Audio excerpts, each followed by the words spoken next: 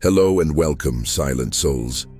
Tonight, we journey away from the quiet streets and into the vast, sleeping world of the open road. For the long-haul trucker, the highway is a second home, a ribbon of asphalt under an endless sky. But in the deep hours of the night, when the only company is the hum of the engine and the dashed lines fading in the rear view, that home can feel very large and very lonely. These are the accounts from the cab, the stories whispered at truck stops over steaming coffee. Settle in, let the rhythm of the road lull you, and listen to the most disturbing true horror stories of truckers. Maya Solis craved silence the way other people craved noise. It was a tangible substance to her, a rich, fertile ground from which her thoughts could grow untamed. This was the core reason she had chosen the solitary life of a long-haul trucker. The cab of her Volvo VNL was not just a vehicle, it was a rolling hermitage, a capsule of blessed quiet hurtling through the world.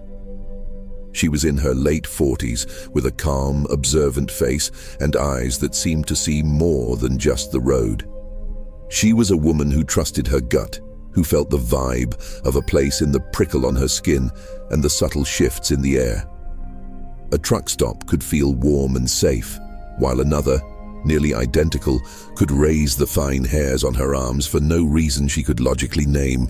Her current run had taken her into the heart of the Pacific Northwest, along the winding, scenic Highway 101 that traced the wild Olympic Peninsula. It was a route of breathtaking beauty and profound isolation. Giant Sitka spruce and western red cedars bearded with moss formed a towering green cathedral on either side of the road. The air was thick with the scent of damp earth, decaying leaves, and the salty tang of the nearby sea. Fog, a living entity here, drifted through the trees in silent, ghostly procession.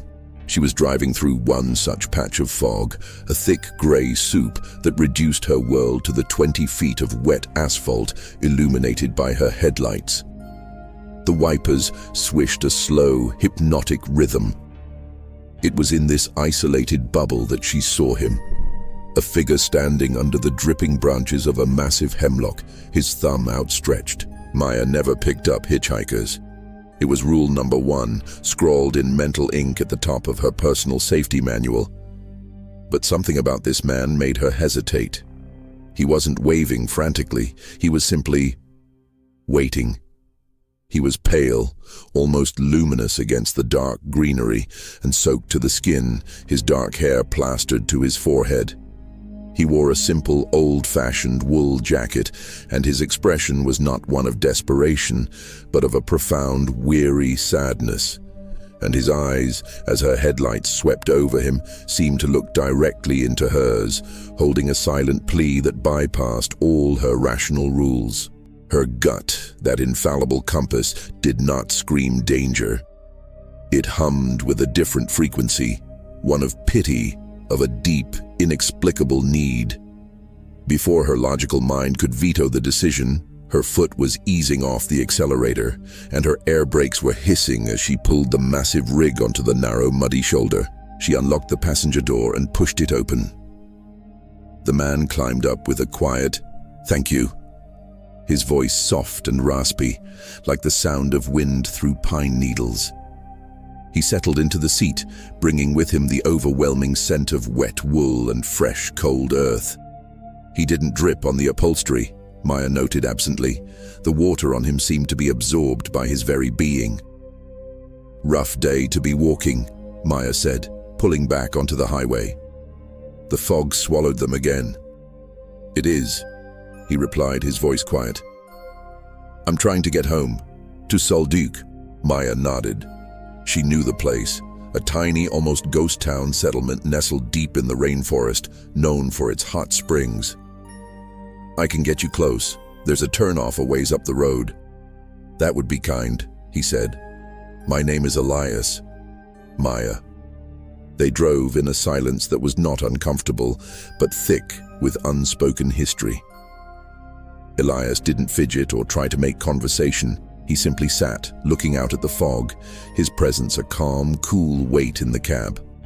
Maya found her own breathing slowing to match his, a strange peace settling over her.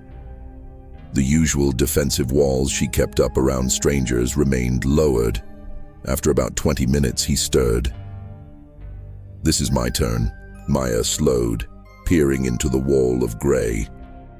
She hadn't seen a sign, but there it was, a narrow, unpaved track veering off into the impenetrable forest, barely visible between the trees. She never would have noticed it on her own. She came to a stop. "Thank you, Maya," Ilya said, his sad eyes meeting hers one last time. "You have a good heart." He opened the door and stepped down into the mist, closing it softly behind him. In seconds, he was swallowed by the fog and the trees, leaving no trace he had ever been there. Maya sat for a moment, the cab feeling suddenly profoundly empty. And then she noticed it. The scent of wet earth and pine didn't leave with him. It remained, hanging in the air, a permanent fragrance now embedded in her cab. Shaking off the strange feeling, she continued her drive.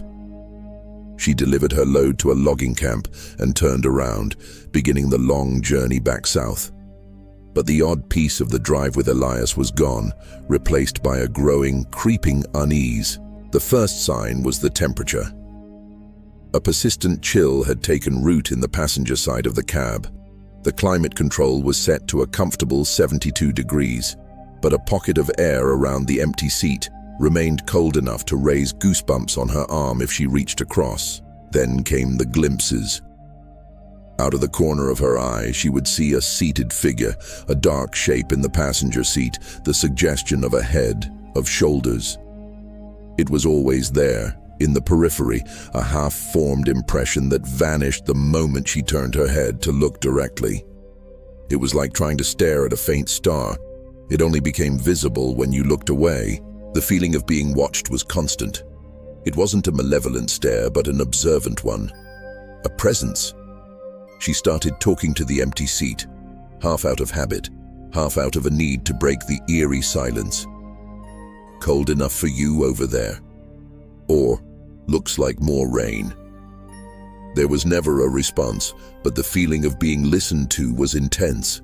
The final, undeniable proof came from the truck itself.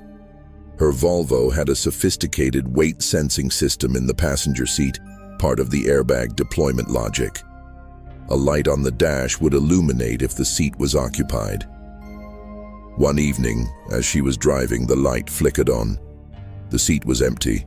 She stared at it, her heart thumping. The light glowed for a full minute, then went dark. A few hours later, it happened again. Something, or someone, was triggering the sensor. Her logical mind fought a losing battle. A faulty sensor? A short circuit? Maybe. But combined with the cold, the glimpses, the feeling, the lingering scent of earth, it formed a pattern her gut had already accepted. She was not alone. One night, parked at a lonely rest area in Oregon, the presence felt heavier, more focused than ever. The cold was biting. The weight sensor light was glowing steadily. She could almost feel the shape of him sitting there, a silhouette of memory and longing. She couldn't take it anymore. She spoke into the thick, cold silence of the cab, her voice barely a whisper. "Are you still here, Elias?" The response was instantaneous, and it shattered the last of her rational world. The digital display on her weather radio, which had been tuned to a local station, flickered and went blank. Then, in crisp, glowing green letters, a single word appeared on the screen, a word that was not a station frequency or a weather alert. Home. A shiver, colder than the air in the cab, racked her body. It wasn't a request. It was a statement of fact. He wasn't home. He was still here, with her. Without another word, she started the truck. She pulled up her GPS and typed in Solduc, WA. The route appeared, a thin blue line leading her back into the heart of the Olympic Peninsula. She drove through the night, not out of fear, but out of a solemn, newfound purpose. She was no longer just a trucker. She was a chauffeur for a soul that had missed its stop. The journey felt like a pilgrimage. As she drew closer to the turnoff he had shown her, the strange phenomena intensified. The cold became so pronounced she could see her breath. The weight sensor light burned like a constant, unblinking eye. The scent of wet earth was so strong, it was as if the forest itself was in the cab with her. Finally, she saw the sign, weathered and moss-covered. Now entering Sol Duc. She slowed the rig, rolling past the handful of darkened cabins and the closed general store. As she passed the last building, a profound shift occurred in the cab. The cold vanished, not gradually but in an instant, as if a switch had been flipped. The air warmed to match the rest of the truck. The weight sensor light on the dash went dark and stayed dark. The oppressive, watchful feeling lifted, replaced by a simple, empty silence. The scent of wet earth and pine faded, leaving behind only the familiar smells of coffee and diesel. Maya pulled over and sat in the sudden, ordinary quiet for a long time. She felt a sense of completion, a peaceful finality. She had delivered her passenger. She never spoke of it to anyone at the truck stops. They were stories of phantoms and haunted trucks, told for shivers and laughs. Her experience was different. It was intimate. It was a responsibility fulfilled. Some spirits, she now knew, weren't lost in anger or tragedy. They were simply disoriented, their journey interrupted. They didn't need an exorcism, they needed a ride, and sometimes they found a driver quiet enough and intuitive enough to not just hear their request, but to feel it, and brave enough to see the journey through, all the way to a quiet, forgotten town called home. The rain wasn't falling so much as it was being hurled in thick, relentless sheets against the windshield of Anya Sharma's Freightliner Cascadia. Each drop exploded like a tiny water balloon, the wipers fighting a losing battle to maintain a few precious inches of clarity. Outside, the world had dissolved into a monochrome smear of grays and blacks. The towering pines of the George Washington National Forest in Virginia were just deeper shades of darkness against a bruised, stormy sky. Their forms swallowed by the fog that had begun to coil like phantom serpents through the mountain passes of Interstate 81. Anya was running on fumes. Her body hummed with a deep cellular fatigue that 12 hours of battling crosswinds, construction zones, and now this biblical downpour had carved into her. The digital logbook on her tablet showed she had 45 minutes of drive time left. But her mind, her real gauge, was already in the red. The lines on the road were starting to blur, and she'd caught herself micro-sleeping twice. Those terrifying one-second lapses where the world vanished and snapped back with a heart-jolting suddenness. It was time to shut down. She'd been an EMT for a decade before the road called to her. She'd seen the raw, messy truth of human fragility up close. The car accidents, the heart attacks, the bloody, intimate chaos of life at its most vulnerable. It had forged in her a core of calm pragmatism.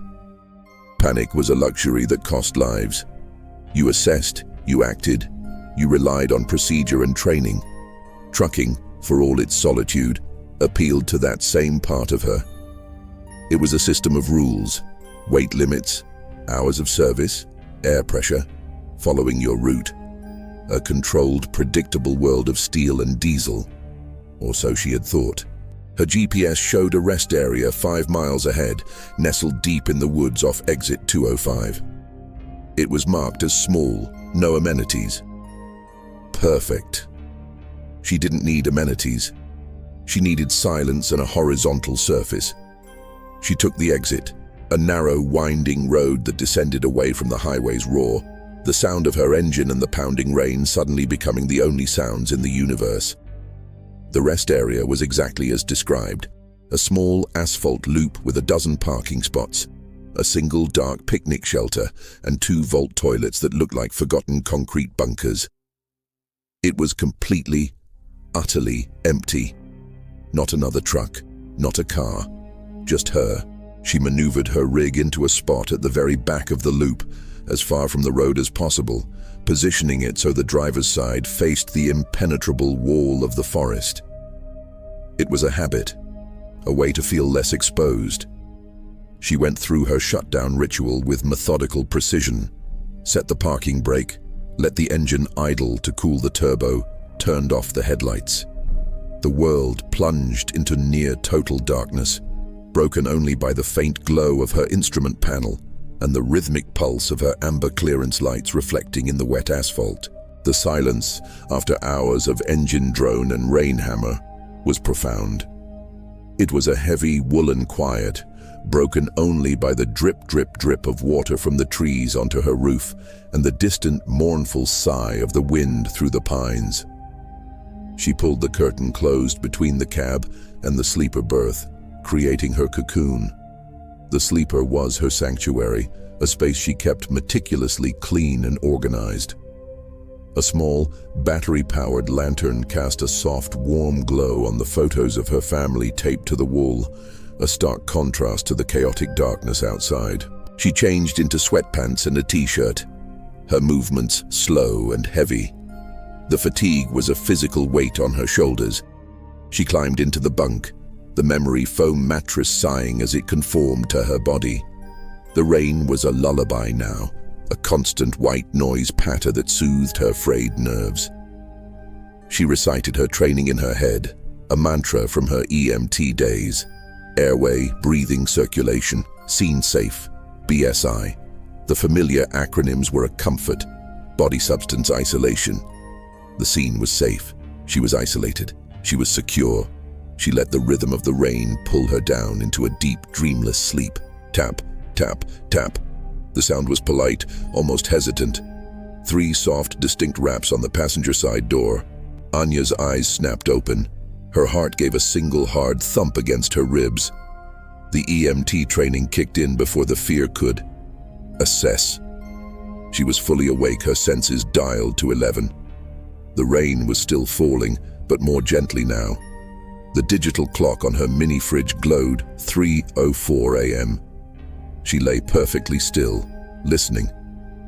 Had it been a dream? A branch falling on the roof, bang, bang, bang. This was no branch. This was a fist, hard, percussive, and furious. It hammered against the metal door just behind her head, the sound exploding in the quiet cab. The entire rig shuddered with the force. Fear, cold and sharp, finally pierced through her professional calm. Scene is not safe. Her mind raced through the possibilities. Another driver in trouble, a state trooper, a hitchhiker she hadn't seen. But the rest area was empty. She'd checked. Her training took over. Do not expose yourself to danger. She stayed low in the bunk, her body coiled. Slowly, silently, she parted the blackout curtain just a fraction of an inch, peering through the gap into the driving compartment. The cab was dark. The passenger side window was a sheet of opaque black, streaked with rivulets of rain. She could see nothing outside. No shadow overhead, no glow of a flashlight. Just darkness. Bang, bang, bang. The knocking came again, from the same spot. It was more insistent now, demanding. It wasn't the random thumping of a tree limb in the wind. It was intelligent, purposeful. Someone or something wanted in. "Hello?"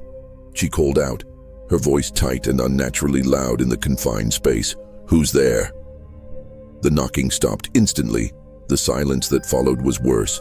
It was a listening silence, a waiting silence. She could feel a presence on the other side of that thin sheet of metal and glass, standing in the rain, listening back. She held her breath, her ears straining. All she could hear was the frantic beating of her own heart and the soft hiss of the rain. 30 seconds passed. A minute. Maybe they'd gone away. Maybe it was just some drunk or a kid playing a prank who'd gotten scared off when she'd spoken. Then, the sound moved. It started on the driver's side door, right next to her, the same furious hammering blows. Bang, bang, bang. The door handle jiggled violently. She yelped and scrambled backward in the bunk, pressing herself against the far wall. They were circling the truck. Before the panic could fully take root, the sound changed location again. It was at the back of the trailer now. A heavy, rhythmic thump, thump, thump, like someone beating a giant drum. Then it moved along the side, the thumping sound traveling the entire 53-foot length of the trailer in a matter of seconds, an impossible speed. It was on the other side now, then back on the roof, a frantic, scrambling sound like a large animal running back and forth. It wasn't one person, it sounded like a dozen, a swarm of them, surrounding her rig, pounding on it from all sides. A symphony of violence and demand. The entire truck was rocking slightly on its suspension. Logic shattered. Her EMT training, built for the rational world of broken bones and clogged arteries, had no protocol for this. This was primal, predatory terror. She was trapped in a metal box, and something in the ancient rain-lashed forest wanted her to know she was not welcome. With a cry of sheer desperation, she launched herself from the bunk. She didn't care about being seen. She had to get out. She had to run. But run where? Into that dark, wet forest where whatever was out there could move with such speed? No. The truck. The truck was her only chance. She scrambled into the driver's seat, her hands shaking so badly she could barely grip the key. The pounding was everywhere now, a cacophony on the roof, the doors, the trailer. It was deafening. She fumbled for the headlight switch, flooding the area in front of her with light. The asphalt loop was empty. The picnic shelter was empty. The woods were a solid wall of black. She turned the key. The starter motor whined, the engine coughing to life with a roar that drowned out the pounding for a precious second. She didn't bother with a pre-trip. She didn't check her mirrors. She slammed the gear shift into the lowest drive gear and stomped on the accelerator. The rig lurched forward, the tires spinning on the wet asphalt before grabbing hold. She didn't look back. She didn't look in her mirrors. She focused only on the narrow lane that led back to the highway, driving by memory and fear. She expected at any moment to see a figure step out in front of her, or for a hand to smash through the window. She fishtailed onto the on-ramp, the trailer swinging wildly behind her, and merged onto I-81 without looking, earning a long, angry blast from a horn that she barely registered. She didn't slow down until she saw the glowing heavenly sign of a 24-hour travel plaza 20 miles later, its lot filled with the beautiful, mundane sight of dozens of parked trucks. She pulled in, finding a spot between two other rigs, and shut down the engine. The sudden silence was staggering. She sat there, trembling uncontrollably, her knuckles white on the steering wheel, for a long, long time. The rain had softened to a gentle drizzle. The world had returned to normal, but she could still feel the vibrations of those blows through the seat of her pants, could still hear the frantic, encircling pounding in her mind. When her heart rate had finally settled into something resembling a normal rhythm, she picked up her CB mic. Her voice was a hoarse whisper. "Breaker 19, any unit copy? This is Medrunner, southbound I-81, just past the Troutville exit." A friendly voice came back. "Go ahead, Medrunner, this is Georgia Overdrive. You sound rough, sugar. Everything okay?" Anya took a shuddering breath. "There's a rest area, exit 205, the small one in the woods. Don't stop there, not at night." A pause on the other end. Then the man's voice, losing its folksy charm, grew serious. "Exit 205? The one they call no-knock rest? Yeah, honey, we know. You heard it, didn't you?" The confirmation was like a physical blow. You know? Every driver who's ever been desperate enough to stop there between midnight and 4 knows, Georgia Overdrive said, his voice grim. "Some hear knocks, some hear scratching. Old-timers call it the rest stop watcher. It don't like company. You're lucky you didn't open that door." Anya never filed a report. What would she say? That an invisible entity with multiple fists had assaulted her truck? The state police would have shrugged.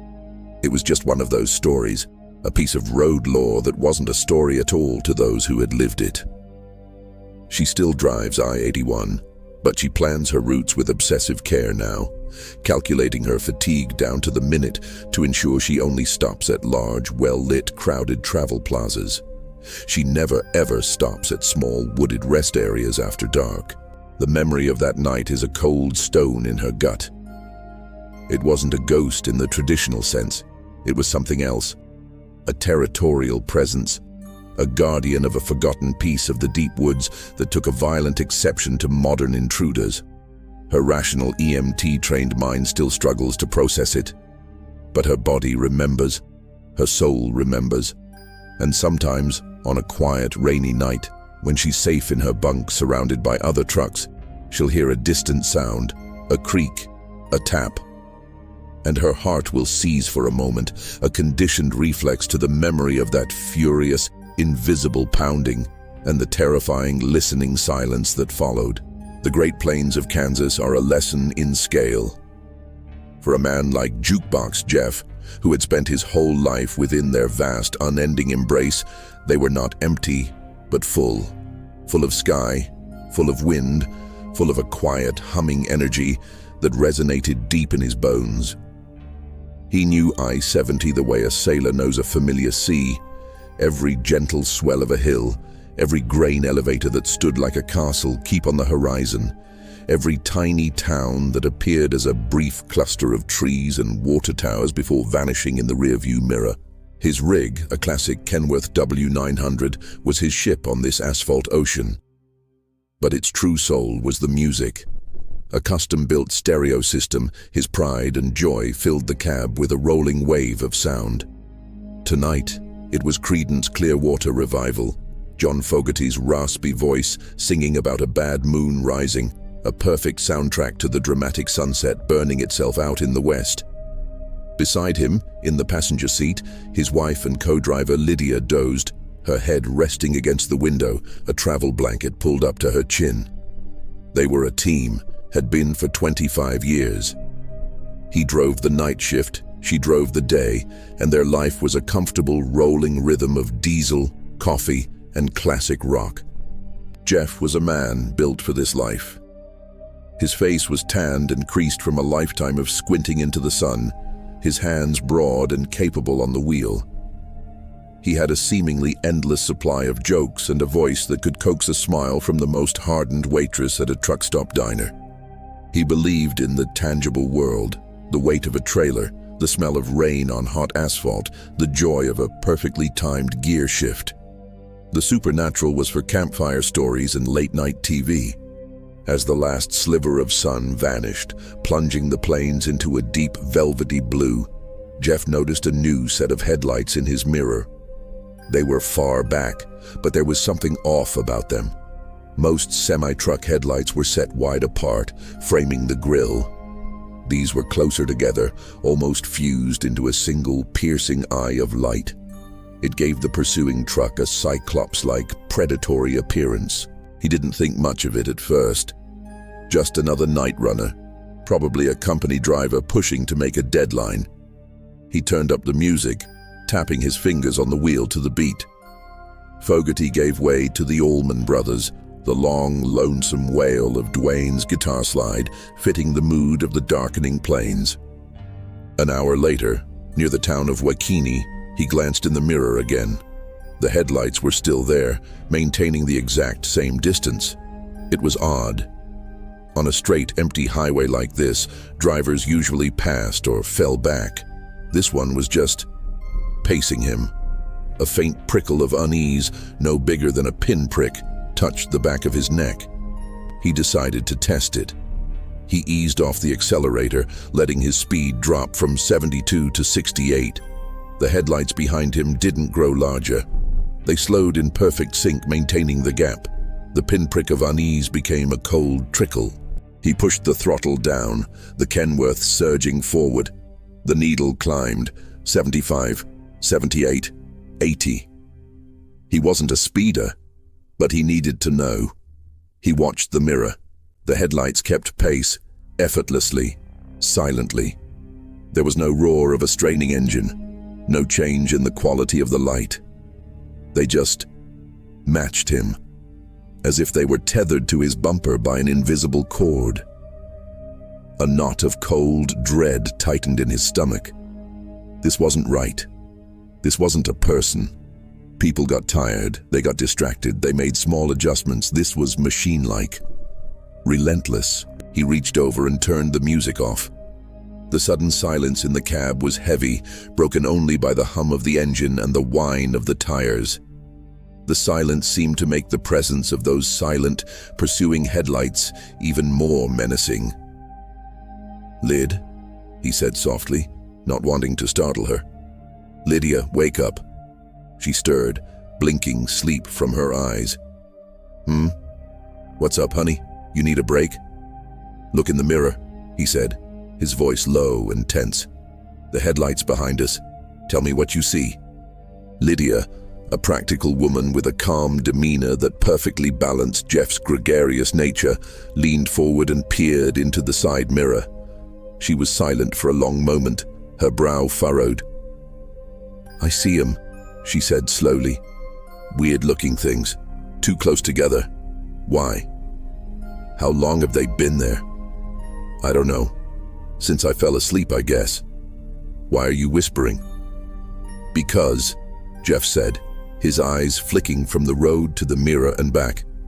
"I've been playing games with my speed for the last 20 minutes. Slowing down, speeding up, they don't change, they just stay there." Lydia's sleepiness vanished, replaced by a sharp alertness. She understood the language of the road as well as he did. This was a violation of its unspoken rules. She picked up the CB handset from its cradle. "Let's see who this joker is." She keyed the mic. "Breaker 19, this is the Midnight Rider eastbound I-70 near mile marker 150. To the driver of the black rig running tight on my 6, you copy? Come on back." The channel was silent, not even the usual hiss of static. It was a dead zone, a vacuum of sound. "Maybe his radio's off," Lydia said, but her voice lacked conviction. She tried again. "Hey, Cyclops, you're making my husband nervous. Ease off or pass us, would you?" Nothing. The headlights remained, that single, unblinking eye in the darkness. Jeff felt a cold sweat break out on his forehead. He tried one more thing. He flipped on his right turn signal and began a slow, deliberate move into the right-hand lane, as if to let the truck pass. The headlights didn't surge forward. They drifted to the left in perfect unison, mirroring his move, staying directly behind him. "Jeff," Lydia whispered, her hand going to his arm. "What is that?" "I don't know," he breathed. "I don't goddamn know." They drove in terrified silence for another 10 minutes, the headlights their silent, relentless escort. The flat, featureless landscape, once a comfort, now felt like a trap. There was nowhere to hide, nowhere to turn off. They were a bug on a glass slide being observed. Then, without warning, the headlights surged. They didn't gradually accelerate. One moment they were 100 yards back, the next they were pulling alongside the cab, moving with an impossible, silent speed. Jeff's heart hammered against his ribs. He didn't want to look, but he had to. He had to see the driver, to confirm this was just some asshole playing a cruel high-speed game. He forced his head to turn, his eyes to focus on the cab of the truck riding beside them, and his blood ran cold. The truck was a flat, dead black, absorbing the scant light from the stars and his own running lights. But it was the window that stopped his heart. The driver's side window was a sheet of pure, unbroken darkness. No interior lights, no silhouette of a head, no shoulders, no hands on the wheel. Just an empty black void where a human being should be. It was a ghost ship, a semi-truck being piloted by nothing at all. It held pace with them for what felt like an eternity, the empty window a gaping maw beside him.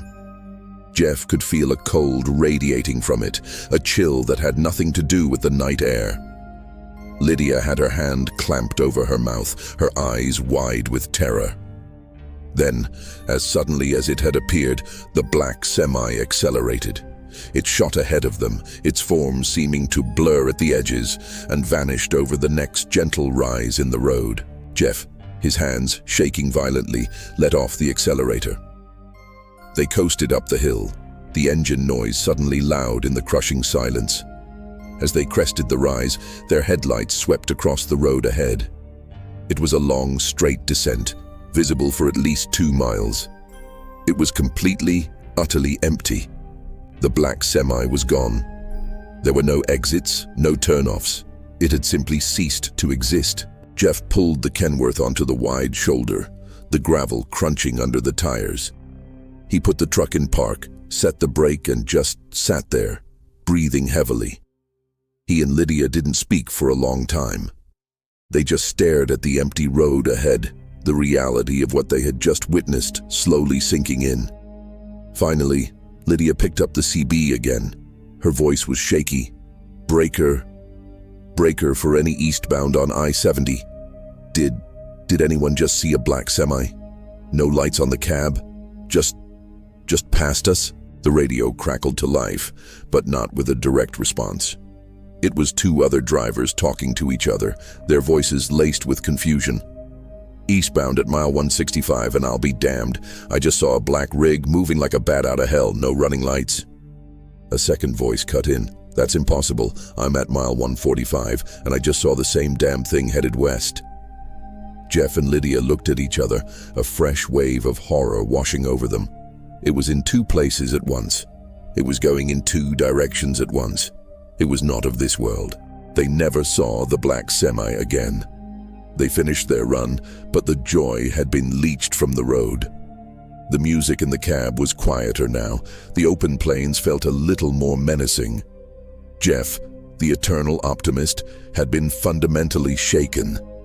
He had encountered something that his philosophy of the tangible world could not contain. He doesn't tell the story at truck stops. It's a private terror, a shared scar between him and Lydia.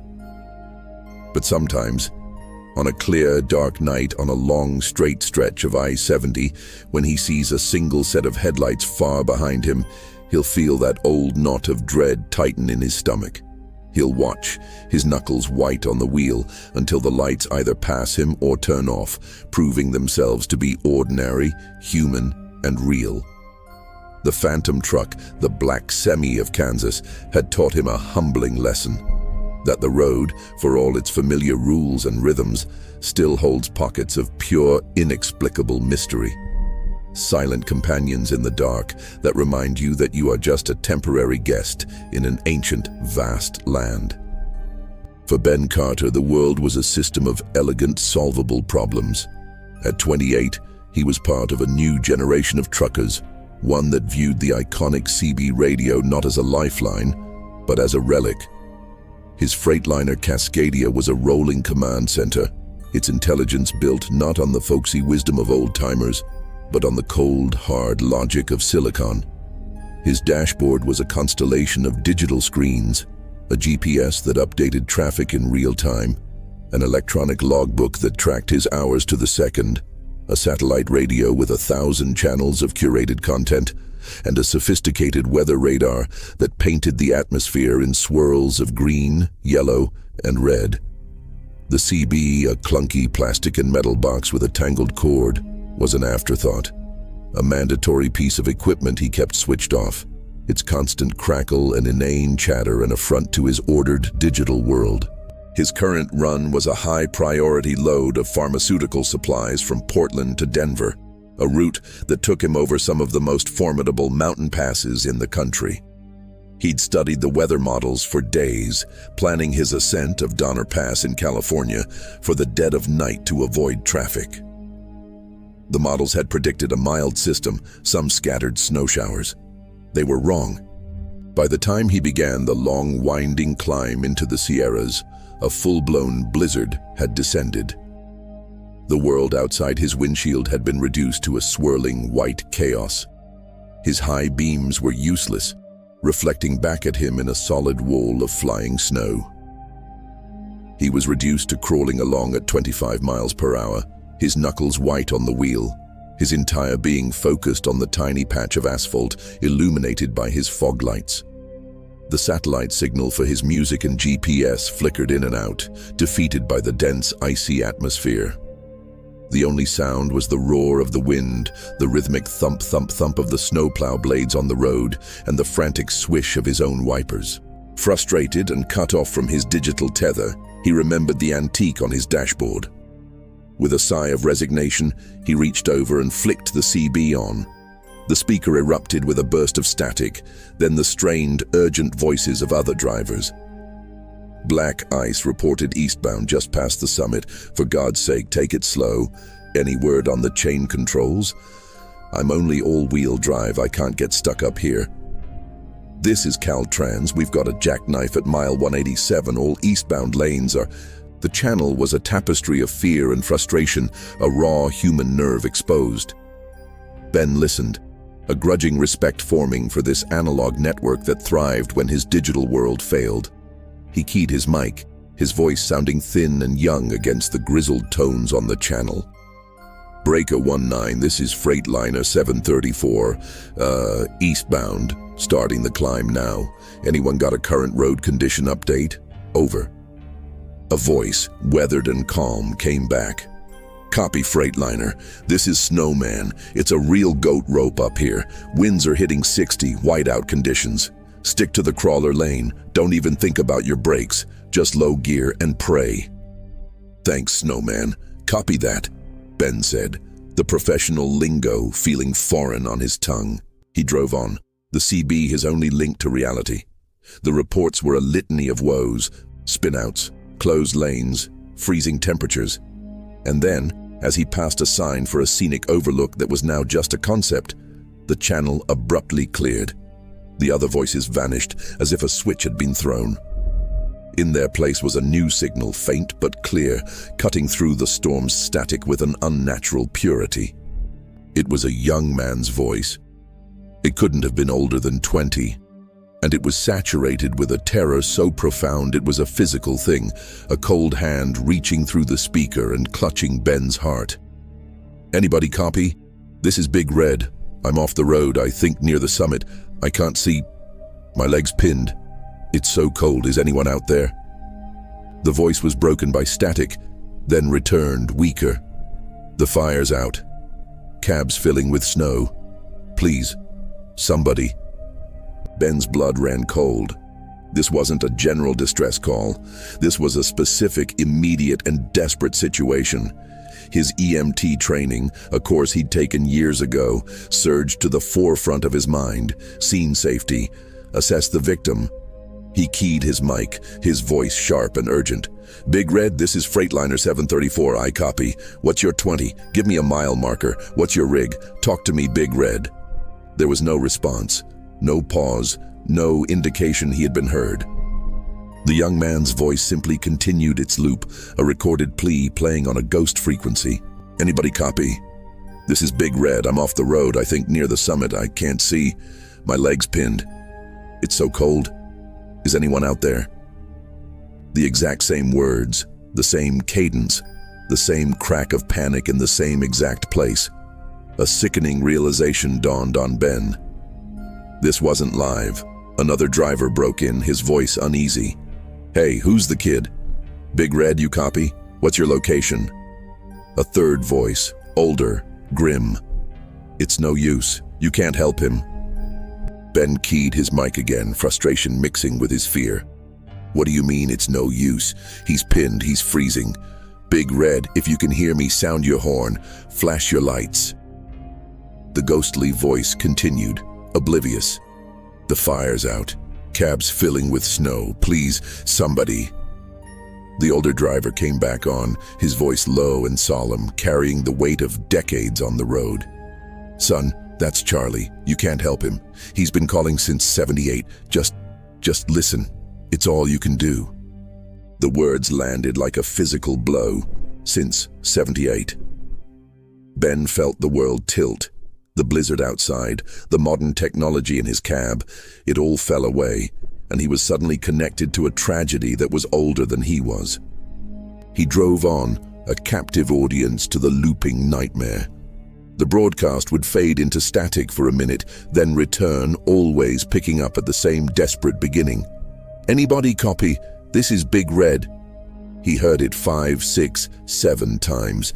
Each repetition carved the young man's terror deeper into his soul. He could picture it, the old Peterbilt or Kenworth careening off the road, tumbling down an embankment into a deep drift. The driver, Charlie, young and scared, reaching for his CB, his only hope in a world of howling wind and freezing dark. Calling and calling into a void that for him never answered. Ben, the technocrat, the solver of problems, was utterly powerless. There was no app for this, no algorithm that could intervene. He was witnessing a snag in time, a psychic wound in the mountain pass that reopened whenever the conditions were right, when the snow fell thick and the wind howled just so. The raw energy of Charlie's final desperate moments had been imprinted on the very atmosphere of the pass, a broadcast of pure despair that would play for eternity. He didn't try to respond again. He just listened, his own fear of the storm replaced by a profound, aching sorrow. He was driving through a ghost, through the lingering echo of a life cut short. The other drivers on the channel had fallen silent too, a respectful vigil for a soul they had never known, but whose final moments they were forced to relive. As he finally began his descent from the summit, the blizzard's fury began to abate. The snow lessened to a gentle fall, and the wind's roar faded to a whisper. And as the conditions changed, Charlie's voice began to break up. "Anybody copy? This is Big." A burst of static. "Legs pinned. It's so." Another, longer burst. And then silence. True silence. The channel was empty. A few minutes later, the familiar chatter of the other drivers slowly returned, discussing the improving conditions, their routes, their ETAs. The world had snapped back to the present. Ben drove the rest of the way to Denver in a daze. The moment he delivered his load, he found a library and spent hours hunched over a microfiche machine, his eyes straining in the dim light. He found it in the archives of the Truckee Republican, a small, grim article from February 12, 1978. Truck driver found deceased after storm. The body of Charles Charlie Evans, 22, of Boise, Idaho, was discovered yesterday by a Caltrans snow survey team. His rig, a red Peterbilt known by the call sign Big Red, was found down a steep embankment off Interstate 80 near Donna Summit. Authorities believe Evans failed to negotiate a curve during the severe blizzard last week. He was pronounced dead at the scene from exposure. He is survived by his parents and a younger sister. Ben sat back, the hum of the microfiche reader loud in the quiet room. Charlie Evans, a real person, with a family, a life ahead of him. He hadn't been a ghost story. He'd been a kid just like Ben, trying to do his job and get home. He never looked at his CB radio the same way again. It was no longer a relic. It was a potential conduit, a receiver that could, under the right circumstances, tune into the frequencies of the past. He no longer scoffed at the stories the old-timers told. He understood now that the road had a memory, a long and often tragic one. And sometimes, on a stormy night high in the mountains, when the modern world fails, the past bleeds through, a desperate, lonely voice on the channel, forever asking a question that would never be answered in time. The desert does not surrender its heat quickly. Long after the sun has vanished, leaving behind a sky bruised with purple and orange, the earth releases the day's warmth in slow, shimmering waves. On Interstate 8, cutting a relentless path through the Sonoran Desert, this lingering heat created a dance of mirages even in the moonlight, pools of illusory water that shimmered and vanished as one drew near. Frankie Kowalski saw them all, his eyes, the color of worn denim, registering the phenomenon without conscious thought. After 30 years of hauling produce from the verdant fields of California's Salinas Valley to the bustling distribution centers of Arizona and beyond, the road was etched into his soul as deeply as the lines on his face. His rig, a Peterbilt 379 he'd christened Old Ironsides, was his home, his office, and his sanctuary. Its deep maroon paint was faded in patches by the relentless sun, and a fine, permanent layer of desert dust coated its flanks. Inside the cab, the world was defined by a symphony of familiar sounds.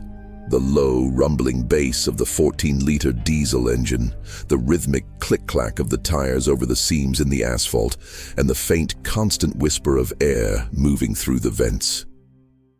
The scent was a unique blend of stale coffee, diesel fumes, the sweet, cloying smell of overripe strawberries from his last load, and the honest odor of his own sweat. Frankie was a man built of solid, practical things. At 58, his body was thick and powerful, his hands broad and calloused, permanently shaped by decades of gripping steering wheels, wrestling with tarps, and tightening load binders. He trusted in the tangible, the weight of a wrench, the pressure of air in his brakes, the numbers on a freight manifest.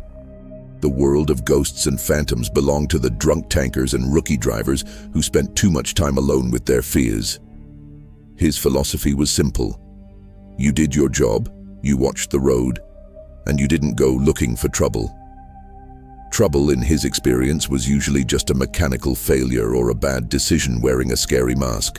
Tonight, his load was an urgent one, a full trailer of delicate hydroponic lettuce destined for a high-end grocery chain in Tucson. It was a just-in-time shipment, meaning his schedule was tight, and the premium pay was the only reason he'd agreed to a night run through the most desolate stretch of his route. He'd left the Gila Bend truck stop just after 10 p.m., a half-eaten chicken-fried steak sitting heavy in his stomach, and a large thermos of black coffee wedged between his seats. The moon, a brilliant pockmarked pearl, hung high in the sky, illuminating the desert with an eerie blue-silver light. The saguaro cacti stood like silent, multi-armed witnesses, their shadows long and distorted on the sandy soil. For the first hour, the drive was hypnotic. The dashed white line of the highway became a metronome, lulling him into a state of heightened awareness that was just shy of trance. He'd long ago learned to let his conscious mind rest, while his subconscious, the part forged by millions of miles, handled the minute adjustments of the wheel. He was alone on the road, a king in a silent, rolling castle. The only signs of other life were the distant, wobbling lights of a southbound Union Pacific freight train, crawling along the horizon like a luminous caterpillar. It was near the tiny, almost ghost town of Tacna that the first prickle of unease touched the back of his neck. It was nothing he could see or hear. It was a feeling, a sudden hollowing out of the night around him. The vast, open desert, which usually felt like freedom, now felt like exposure. He shifted in his seat, the leather creaking in protest, and took a long swig of his coffee, blaming the sensation on the greasy food. He crested a small rise, and his high beams swept across the landscape ahead, revealing the road for a quarter mile. And there, at the very edge of the cone of light, where the illumination began to fray and dissolve into the absolute blackness of the desert, he saw it. A figure. It was standing perfectly still, just off the gravel shoulder, half hidden in the shadow of a Palo Verde tree. Frankie's brain, trained for decades to identify hazards, a blown tire, a stray cow, a deer, stuttered, trying to categorize what it was seeing. The shape was humanoid, but its proportions were all wrong. It was impossibly tall, well over 7 feet, and so thin it seemed it might snap in a strong wind. Its limbs were elongated, spindly, like the legs of a wading bird. It had no discernible clothing, no details of face or feature. It was a silhouette of pure, depthless black, a cut-out shape pasted onto the reality of the night. It didn't move, didn't turn its head. It simply stood, facing the road, as if waiting for something. A cold jolt, entirely separate from the air-conditioned cab, shot down Frankie's spine. His foot instinctively lifted from the accelerator for a fraction of a second. He blinked hard, squeezing his eyes shut, and then opening them wide, expecting the figure to resolve into a twisted yucca plant or a bizarrely shaped saguaro. It was still there. In the 3 seconds it took for Old Ironsides to cover the distance, the figure remained motionless. It was only as he drew almost abreast of it that it seemed to waver. Not a movement of its own, but a dissolution, like smoke disturbed by a breeze. One moment it was there, a stark anomaly in the periphery of his vision. The next, it was gone. His truck roared past the spot and his eyes darted to the side mirror, searching the moon-washed patch of ground under the Palo Verde. Nothing. Just the dancing shadows of the tree's branches. Hell, he muttered, his voice a dry croak in the quiet cab. He ran a hand over his face. Gotta be more careful with that coffee. Seeing things now. He tried to dismiss it. He'd been driving for 12 hours straight. Fatigue did strange things to the mind. He'd once sworn he'd seen a dinosaur, a brachiosaurus no less, striding across the salt flats of Utah. It had been a combination of sleep deprivation and the strange, shimmering heat. This was no different. A shadow, a trick of the moonlight, his tired brain connecting random dots into a familiar pattern, a human shape. Pareidolia, he thought, grasping for the scientific term. That was all. He turned up the volume on the cassette player. John Fogerty's voice filled the cab, singing about a bad moon rising. Frankie ejected the tape with a grunt of irritation and fumbled for a Willie Nelson album instead. Something calmer. He needed calm. For the next 45 minutes, he drove with a heightened sense of vigilance, his eyes constantly scanning the shoulders, his knuckles resting uneasily on the wheel. The desert slowly changed, the flatlands giving way to rolling hills dotted with ocotillo, their spiny, whip-like arms reaching for the sky. The moon was behind him now, casting long, skeletal shadows from the vegetation that stretched across the road like grasping fingers. He was climbing a long, gentle grade west of Dateland, the engine settling into a deeper, laboring growl when he saw it for the second time. His breath caught in his throat. It was the same figure, there was no doubt in his mind, the same impossible height, the same unnerving thinness.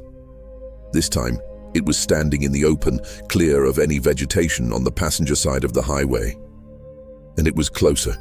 Much closer. He could almost feel its presence, a pocket of absolute zero in the warm night. This was no trick of the light. This was a thing.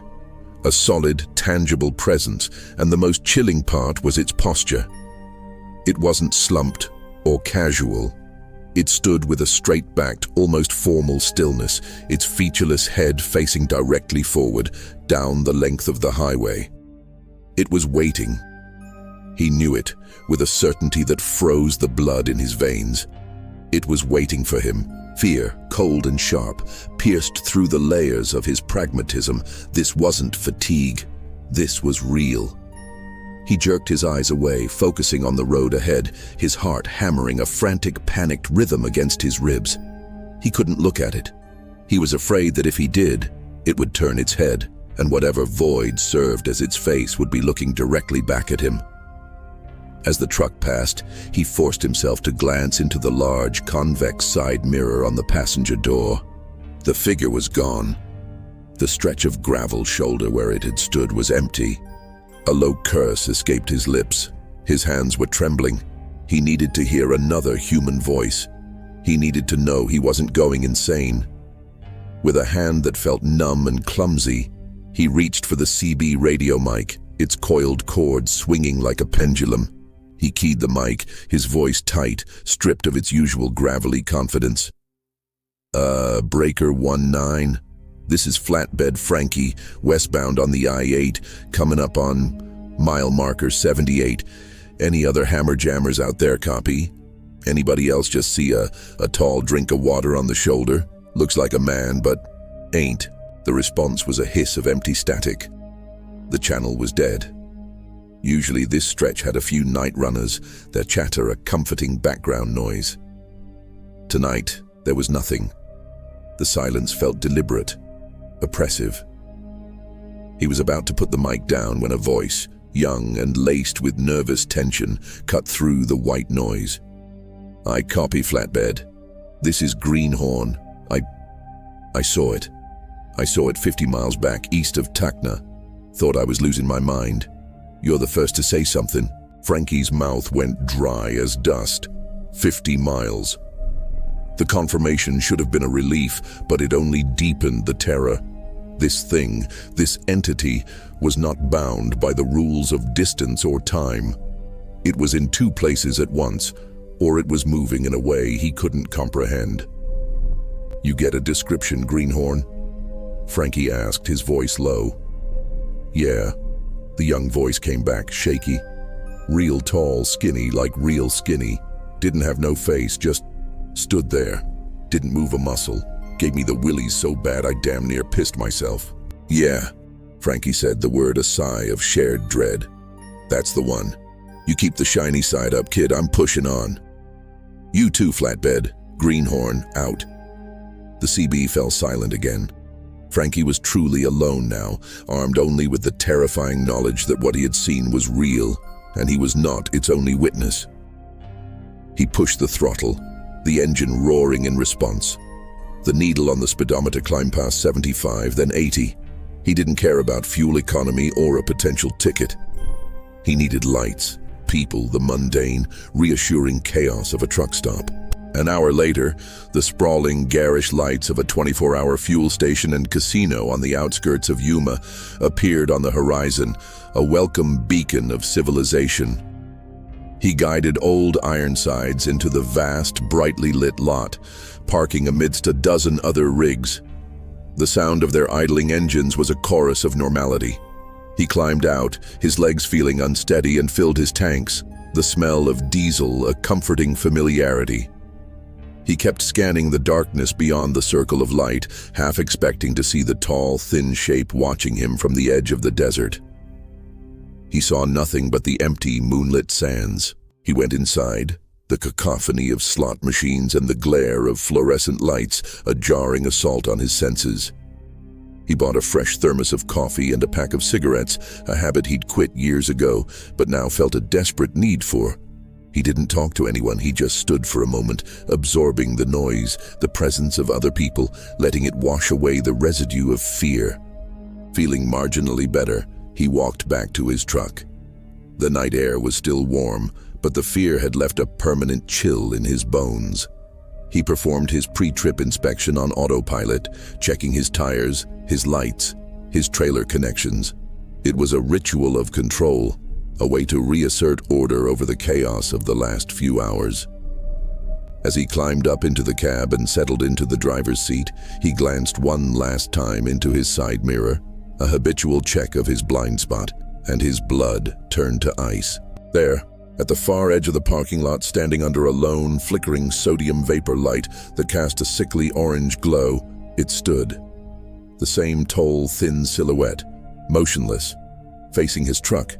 It had followed him. A primal fear, an ancient limbic terror that bypassed all reason, seized him. He didn't think. He acted. He twisted the key, and Old Ironsides roared to life. He slammed the gear shift into drive and stomped on the accelerator, not even bothering to fasten his seatbelt. The rig lurched forward, and he aimed it for the freeway on-ramp, not caring if he cut anyone off.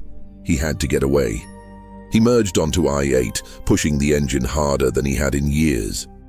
The desert whipped past, a blur of silver and black. He didn't look back. He couldn't. For 20 miles he drove like a man possessed, his eyes glued to the road, his entire being focused on the simple, animalistic imperative of flight. But the human mind is a curious thing. It needs to know. It needs to see the threat to believe it.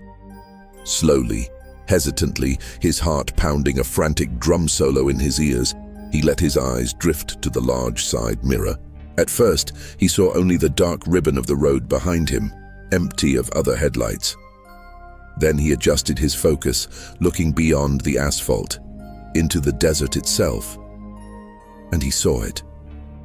A long, dark shape gliding effortlessly through the scrub and sand just beyond the ditch that ran parallel to the highway. It wasn't running. It made no walking motion. It simply moved, a silent, flowing shadow, keeping perfect, unhurried pace with his speeding truck. It matched his 75 miles per hour without any visible effort, a spectral escort running alongside him in the dead of night. It was there, in the periphery of the reflection, a constant haunting presence just outside the bubble of his headlights. Tears of sheer terror welled in Frankie's eyes. He was a practical man, a man of the physical world, and he was being confronted with something that defied every law he understood. He began to pray, something he hadn't done since he was a boy in his mother's church. He recited every prayer he could remember, his voice a desperate whisper in the roaring cab. He didn't dare slow down. He didn't dare take his eyes off the road for more than a second. He drove as if the hounds of hell were on his heels, the massive rig swaying dangerously on the curves. For an eternity, the shadow kept pace, a silent, relentless companion. It was only when the first faint hint of dawn began to bleed into the eastern sky, painting the horizon in soft shades of lavender and rose, that he risked another glance. The desert was slowly coming to life, the shapes of the cacti and bushes becoming distinct and ordinary. He scanned the landscape alongside the highway. The shadow was gone. He drove for another 10 minutes, his body trembling with adrenaline and exhaustion, before he finally allowed himself to slow to a legal speed. The sun broke over the Gila Mountains, flooding the desert with a brilliant golden light that banished every shadow, both real and imagined. The world was once again solid, rational, and safe. Frankie Kowalski never saw the shadow again. He finished his run to Tucson, delivered his lettuce, and collected his pay. He still drives the I-8, but he meticulously plans his routes now to avoid night driving through that particular stretch of desert. He doesn't talk about it often, and when he does, it's not as a ghost story around a campfire. It's with a quiet, sober reverence, the way one might speak of a powerful and dangerous force of nature, a flash flood or a lightning strike. He no longer dismisses the stories other drivers tell in hushed tones at truck stops. He listens, and he nods. He knows now that the old highways, the ones laid over ancient paths and through lands that have witnessed eons of silence, hold memories and presences that are older than diesel engines and asphalt. Some things, he learned, don't want to hurt you. They are simply other. And on certain silent, moonlit nights, they step out of the timeless desert to observe the fleeting, curious world of men as it flashes by in a roar of sound and light, a momentary disturbance in their eternal, silent domain.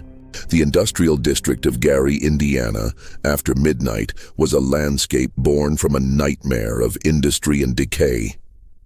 For Javier "Javi" Morales, it was a familiar purgatory.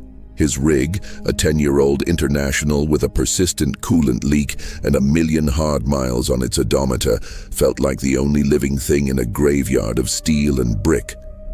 He was hauling a load of recycled paper pulp, a messy, low-paying job that was the bread and butter of his small, independent operation. The destination was a place he'd been to only once before, a year ago, and had quietly vowed to avoid. The North Star Storage and Distribution Warehouse. The memory of that first visit was a cold stone in his gut. It wasn't anything specific he could point to, no single event. It was a feeling, a pervasive, low-grade dread that had clung to him for days afterward. But business was business, and the dispatcher had been insistent. The North Star was the only facility that would accept a load this late, and the detention pay was too good to pass up. As he guided his truck through the labyrinth of potholed streets, the world outside his windshield was a study in monochrome despair. Chain-link fences sagged under the weight of rust and neglect. Streetlights, few and far between, cast a sickly orange glow that seemed to make the shadows deeper.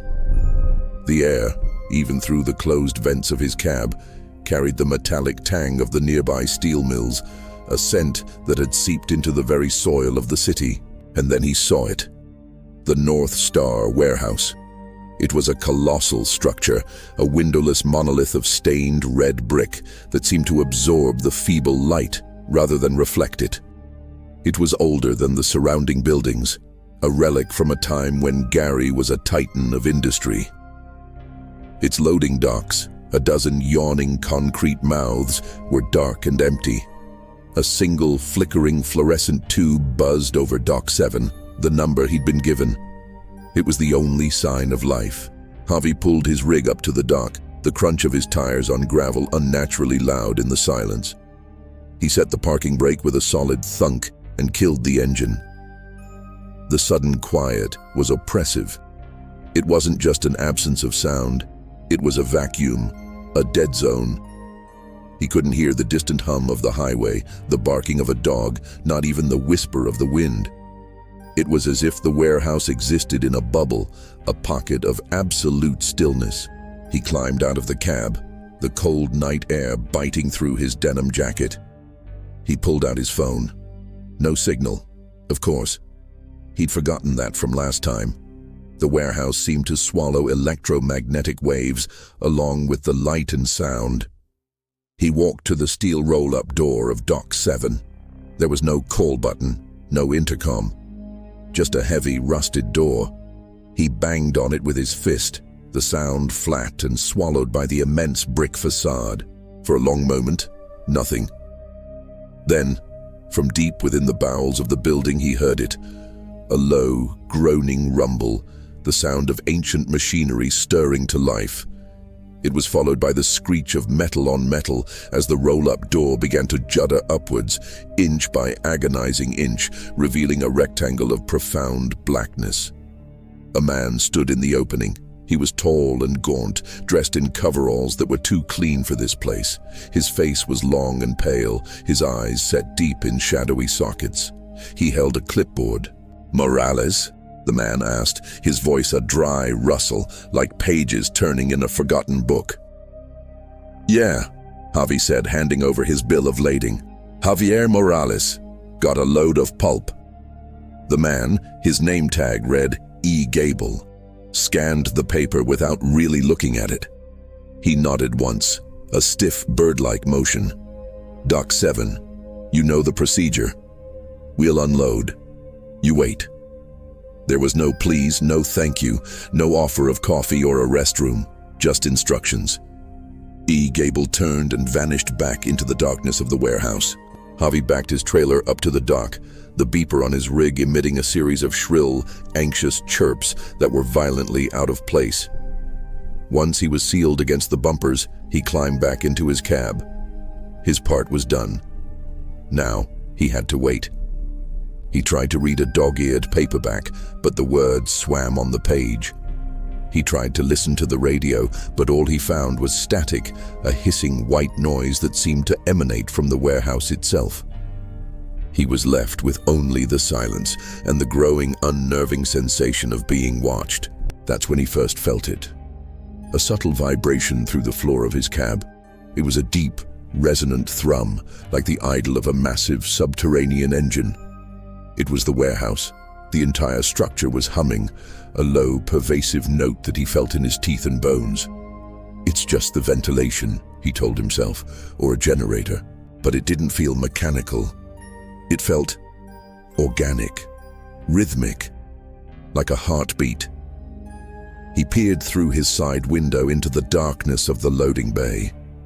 The single fluorescent light illuminated a small circle of concrete floor, littered with dust and dead leaves. Beyond that, the blackness was absolute, and from that blackness, he began to hear sounds. Not the sounds of a busy warehouse, no forklifts, no voices, no clatter of pallets.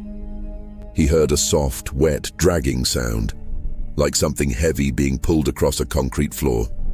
It would start, stop, then start again from a different direction. He heard a faint rhythmic tapping, like a single finger gently knocking on a pipe from deep within the walls. Tap, tap, tap. Then silence. Then from another part of the building it would answer. Tap, tap.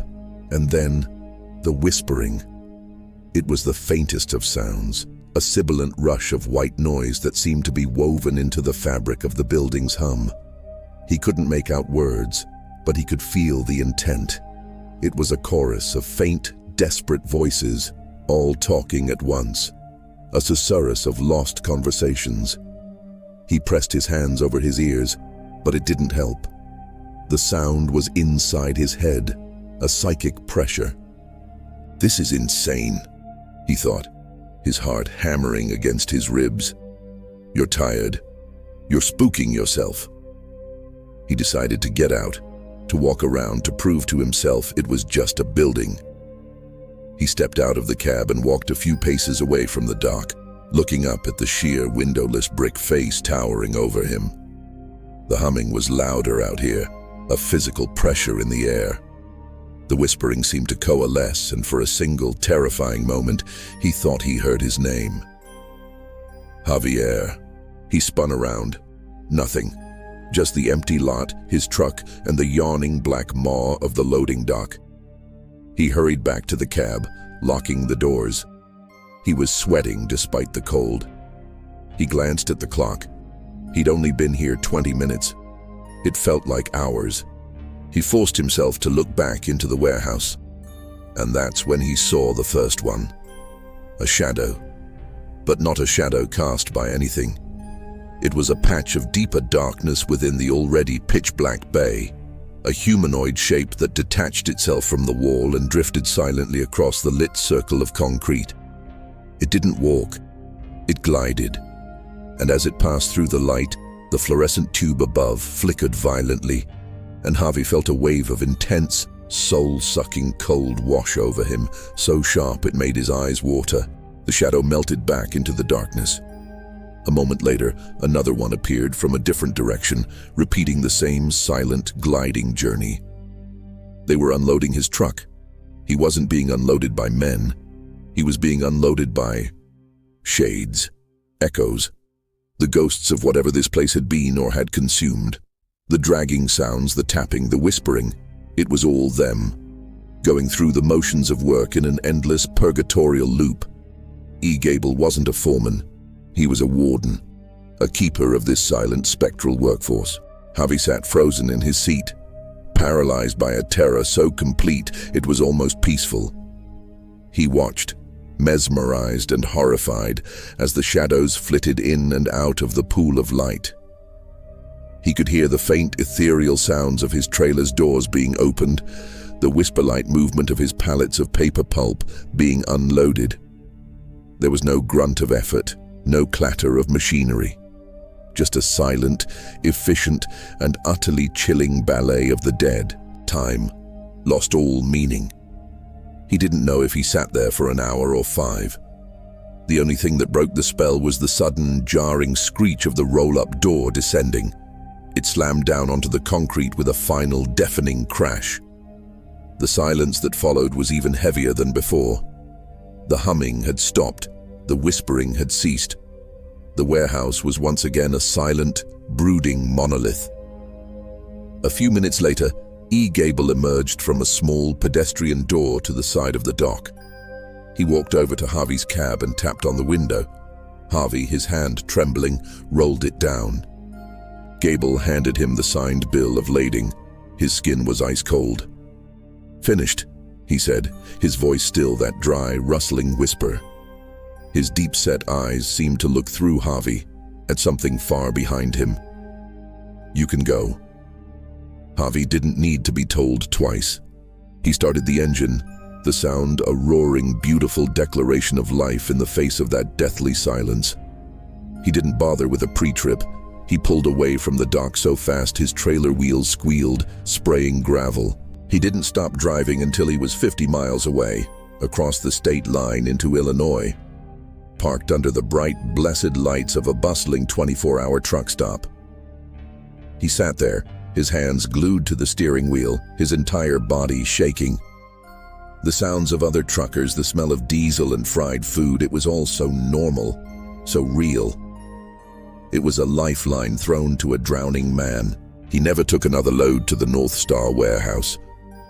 He told his dispatcher he'd rather go bankrupt. When other drivers mentioned the place in hushed tones, calling it the Mausoleum or the Gary Gould House, he just nodded, a silent understanding passing between them. He didn't need to share his story. They had their own. He had learned a terrifying truth that night. Some warehouses don't just store goods. They store things far less tangible, far more dreadful. They store time. They store memory. They store the echoes of the souls who were consumed by the relentless grinding machinery of industry, their spirits forever bound to the bricks and mortar, performing their duties in a silent, endless shift long after their bodies had turned to dust. The North Star warehouse wasn't a building. It was a lung, breathing in the living and exhaling their fears, a colossal brick and steel heart that beat with a rhythm of eternal silent toil. And Javier Morales had heard its heartbeat, a sound he would carry with him for the rest of his day. The static of the CB radio was the sound of the truckers' nation, a crackling tapestry of voices stretching from coast to coast. For a man like Earl, a driver whose career had spanned the golden age of the Citizens Band, it was the soundtrack of his life. His handle was Papa Bear, a name given out of respect for his decades on the road, and the deep, rumbling cadence of his voice. He'd comforted rookie greenhorns, navigated blizzards via collective wisdom, and shared 1,000 sunrises with voices he'd never met in person. The CB was a lifeline, a rolling town square, and its language was as familiar to him as the feel of his own Peterbilt steering wheel. Tonight, however, the channel was dead. A strange, atmospheric silence had fallen over Channel 19, the trucker's primary frequency. Earl was driving the I-40 Tombstone, the long, lonely stretch of interstate across the Arizona desert. The moon was a cold, sharp sliver in a sky dense with stars, and the only light for miles was the glow of his own dashboard and the twin sabers of his headlights cutting through the absolute blackness. The silence on the CB was unnerving. It felt like a held breath. He was about to switch it off, to surrender to the hum of his engine, when the silence broke. Not with the usual burst of static or a trucker's drawl, but with a voice. It was a young man's voice, thin and frayed with a terror so raw it was physical. "Breaker, Breaker 19. Is anyone out there? Please, anybody copy?" The voice was swallowed by a wave of hissing static. Earl's hand, which had been reaching for the volume knob, froze. There was a quality to that voice he'd heard before, in the moments before a crash, in the first frantic seconds of a medical emergency. It was the sound of a soul teetering on the edge. He keyed his mic, his Papa Bear voice calm and authoritative. "I copy you, son. This is Papa Bear, eastbound on the I-40. You're coming in broken up. What's your 20? What's your situation?" The static cleared. The young man's voice came back, sharp with panic. "Papa Bear, thank God. I don't know where I am. It's all dark. My rig. I think I'm off the road. I can't see anything. There's something wrong with my lights." Earl felt a familiar professional coldness settle over him. This was a driver in trouble. "Okay, son, easy now. Take a breath. What's your handle? What are you driving?" They call me Kid Colorado," the voice stammered. "I'm in a blue Freightliner hauling auto parts. I was headed to Albuquerque. I think I fell asleep. I think I went off the road." "All right, Kid Colorado, you did the right thing calling out. Can you see any landmarks? Any signs? What's the last mile marker you remember?" I don't know. It was all a blur. There were mountains, then just desert. "It's so cold in here, Papa Bear, so cold." Earl frowned. The temperature outside was a mild 55 degrees. A cold cab could mean a broken heater, or it could mean shock. "You hurt, son? Are you bleeding?" I I don't think so. My leg feels pinned. I can't move it. The dashboard, it's all dark. The radio is the only thing that works. Earl's mind raced, cross-referencing the young man's sparse details with the map in his head. A blue freightliner, auto parts, eastbound, mountains, then desert. He was likely somewhere between Flagstaff and Winslow, but that was a vast, empty stretch. Okay, kid, I want you to stay with me. I'm gonna get on the horn and get you some help. You just keep talking to me. What's your name? Your real name? It's Danny Ruiz. The voice was getting weaker, the panic subsiding into a terrifying, exhausted resignation. My mom, she's in Phoenix. Tell her I'm sorry I missed her birthday. Don't you talk like that, Danny, Earl said, his voice firm, injecting a strength into it he didn't feel. You're gonna tell her yourself. Now I want you to sound your air horn, a long blast. Can you do that for me? Let's see if anyone else is close enough to hear you. There was a pause, then the faint, distorted sound of an air horn echoed through the radio, faint and distant, as if heard from the bottom of a well. It was followed by a sob. I don't think anyone can hear me, Papa Bear. I think I'm all alone out here. You are not alone, Earl stated, his voice absolute. You are talking to me. I am right here with you. He keyed his mic over to the emergency channel. Breaker 19, this is Papa Bear. I have a driver in distress. Handle Kid Colorado, real name Danny Ruiz. He's in a blue freightliner eastbound I-40. Believes he's off the road somewhere between Flagstaff and Winslow. He's injured, his rig is dark. I need any units in the area to keep an eye out. I need the highway patrol notified. Copy? The response was immediate. A chorus of concerned voices filled the channel. Copy that, Papa Bear. This is Texas Thunder. I'm 20 miles west of Winslow. I'll keep my eyes peeled. I copy, Papa Bear. Smokey Bear is already on the line. They're dispatching units. Keep him talking, Papa Bear. We're with you. The truckers' nation had mobilized, but as the minutes ticked by, a cold dread began to seep into Earl's gut. Danny's voice was growing fainter, his sentences more fragmented. So tired, Papa Bear. Can you tell my mom? Her meatloaf is the best. It's getting darker. Danny, stay with me. Earl barked into the mic. Talk to me about your truck. What's her name? You gotta give your rig a name, son. Lucille. I call her Lucille. The voice was a whisper now, almost lost in the static. Papa Bear, I'm scared. I know, son, Earl said, his own voice thick with an emotion he couldn't name. I know, but you listen to me. You are not alone. You hear me? You are not alone. There was a long, crackling silence, then Danny's voice, clear and surprisingly calm, as if he had finally accepted something. Thank you for staying with me. And then the line went dead. Not with a crash of static, but with a soft, final sigh, a release of air, as if a connection had been gently severed. The channel erupted. Kid Colorado, you copy? Danny, come back. Papa Bear, you still got him? Earl sat in his cab, the mic hanging limply from his hand. He knew. He knew in the deep, ancient part of himself that understood life and death on the road. Danny was gone. For the next hour, the chatter on the CB was a frantic, hopeful, then increasingly grim search party. Truckers scanned the shoulders. The highway patrol reported no signs of a fresh accident. It was as if the blue freightliner and its young driver had vanished from the face of the earth. Earl drove on, a hollow feeling in his chest. He couldn't shake the sound of Danny's voice, the terrible, intimate loneliness of his final moments. The next day, in a truck stop in Albuquerque, he went to the library. He had to know. He spent hours on the microfiche, searching local Arizona newspapers for any report of a crash involving a Danny Ruiz. He found nothing. Frustrated and heartsick, he was about to leave when an elderly librarian noticed his search. Danny Ruiz, she said softly. That's a name I haven't heard in a long time. Earl's blood ran cold. You know him? She led him to a bound volume of the Arizona Daily Sun. She opened it to a page from October 17, 1978.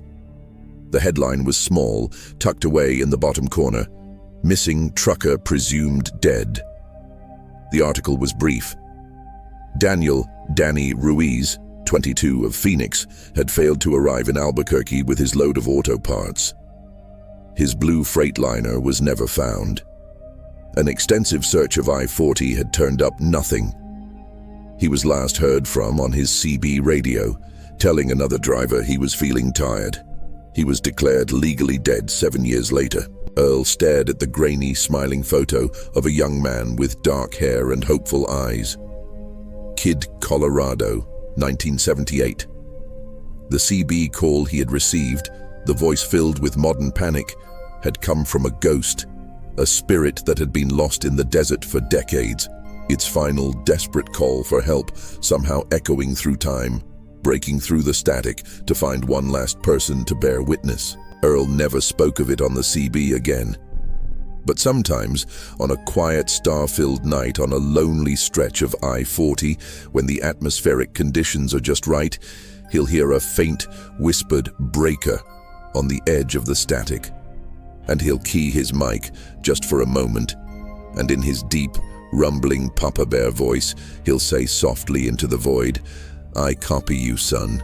You are not alone. It is the trucker's code. No one gets left behind, not even the echoes." For Earl knows that the CB's static isn't just empty noise. It's a river of memory, of stories, of souls. And sometimes, a voice that never made it home manages to call out one last time across the years, searching for a friend in the dark. The desert holds memories in its stones. It bakes them into the cracked earth, whispers them through the spines of the ocotillo, and polishes them smooth in the dry riverbeds. For Raymond Ray McCullough, a man whose life had been measured not in years but in miles, the old highways were living museums, and Route 66 was the grandest exhibit of all. At 68 years old, with a face like a topographical map of every storm he'd ever driven through and hands permanently curved to the shape of a steering wheel, Ray was one of the last of a dying breed. He drove a rig that was older than most of the drivers on the road, a 1979 Kenworth W900, a titan of polished chrome and deep burgundy paint he'd christened Loretta after his late wife. While other truckers chased the bland efficiency of the interstates, Ray remained loyal to the mother road, with its two-lane whimsy, its sudden dips and curves, and the ghosts of 1,000 roadside attractions sighing just beyond the asphalt. Loretta was more than a truck. She was a capsule of a bygone era. The cab smelled of aged leather, warm oil, the faint metallic tang of the CB radio, and the ever-present scent of Ray's cherry-flavored pipe tobacco. The dashboard was a symphony of analog gauges with glass faces and trembling needles, and the gear shift was a long, polished lever that required muscle and finesse. There was no GPS, only a dog-eared copy of the Route 66 Traveler's Guide, and the map etched into Ray's memory. His current load was a special one, 20 tons of fresh, plump Bing cherries from an orchard in Fresno, California, destined for a legendary pie factory in Tulsa, Oklahoma, that had been using the same recipe since 1947. It was a run that demanded the old road, a journey where the cargo itself seemed to carry the spirit of a simpler time. The Arizona sun was a relentless, brass gong in a bleached white sky as he left the generic sprawl of Kingman behind, pointing Loretta's long nose eastward.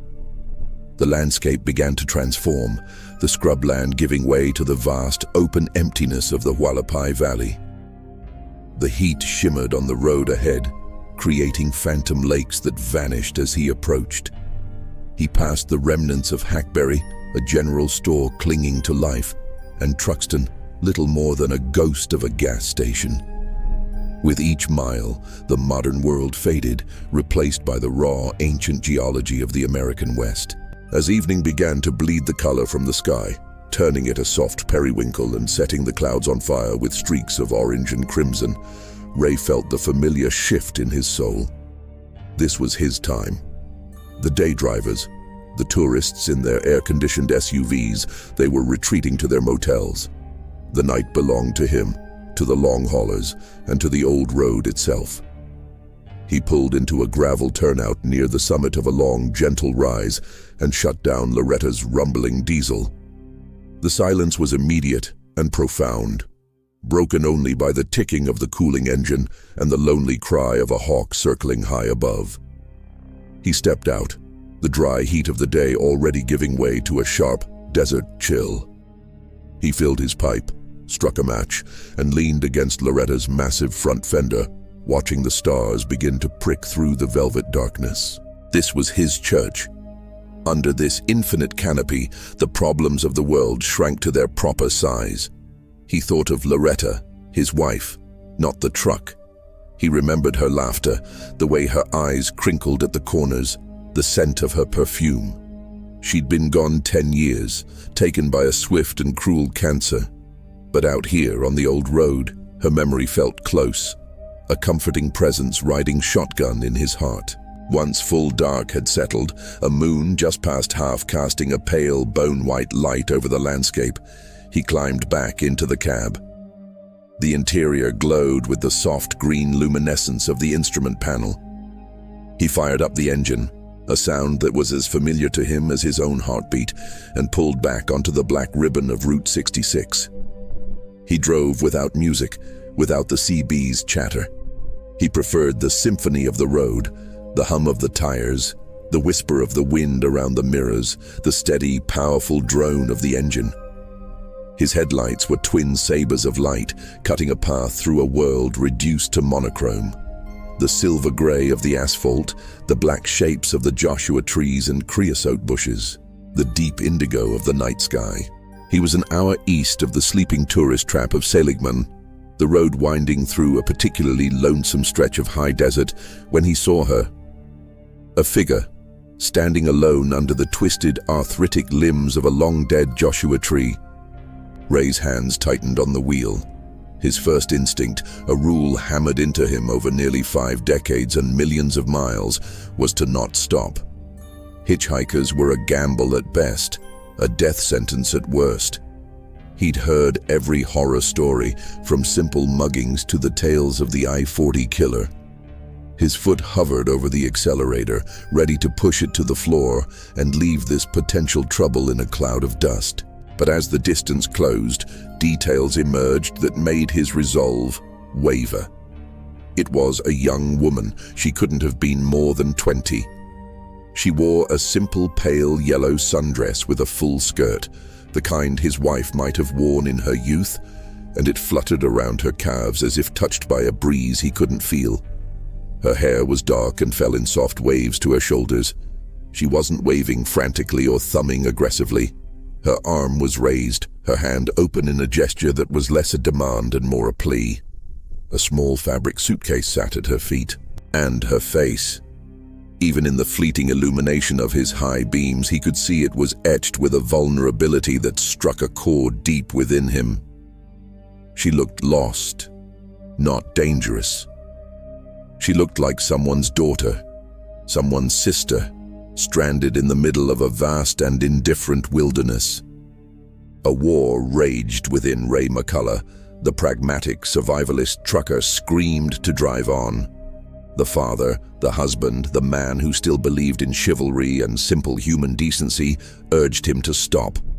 He saw no other cars, no sign of a broken-down vehicle, no light from a distant house. She was utterly, terrifyingly alone. With a grunt of resignation that was mostly directed at his own soft heart, he downshifted. The Jake brake let out a series of deep, guttural pops that shattered the desert silence.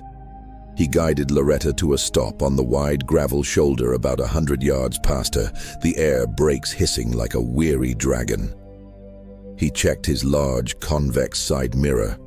She was already walking towards the truck, her steps steady and graceful, the suitcase swinging lightly in her hand. She didn't run. There was no desperation in her gait, only a quiet purpose. He unlocked the passenger door, the mechanism clunking loudly.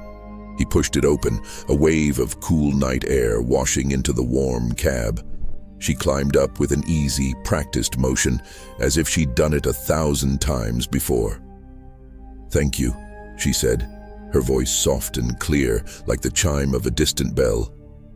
"I wasn't sure anyone would stop."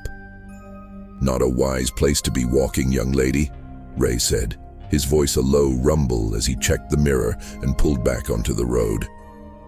Loretta gathered her speed, the engine settling back into its familiar drone. "You break down?" "In a manner of speaking," she replied, settling into the worn leather seat and placing her suitcase primly on the floor. She folded her hands in her lap. She was pretty, with large dark eyes that seemed to hold a deep, bottomless sorrow, and a small, straight nose. Her skin was pale, almost luminous in the dim light of the cab. She smelled faintly of dust and a faint floral scent he couldn't place, like desert rain on sagebrush. "Name's Ray," he said, offering a grizzled smile. "Amelia," she said, returning the smile, though it didn't quite reach her eyes. "It's very kind of you to stop. Most people just keep going." "Where you headed?" he asked, taking a curve in the road, the truck leaning gently. "Flagstaff," she said, her gaze turning to look out the windshield at the star-dusted darkness. "My fiancé is waiting for me there. He's coming home on leave. I'm going to meet him." "Flagstaff's a good town," Ray nodded. "Got a nice cool breeze up there in the pines. That's where I'm headed for the night myself. You're in luck." Her smile was a little brighter this time, a fleeting glimpse of the joy that must have once lived in her. "That is lucky. Thank you, Ray."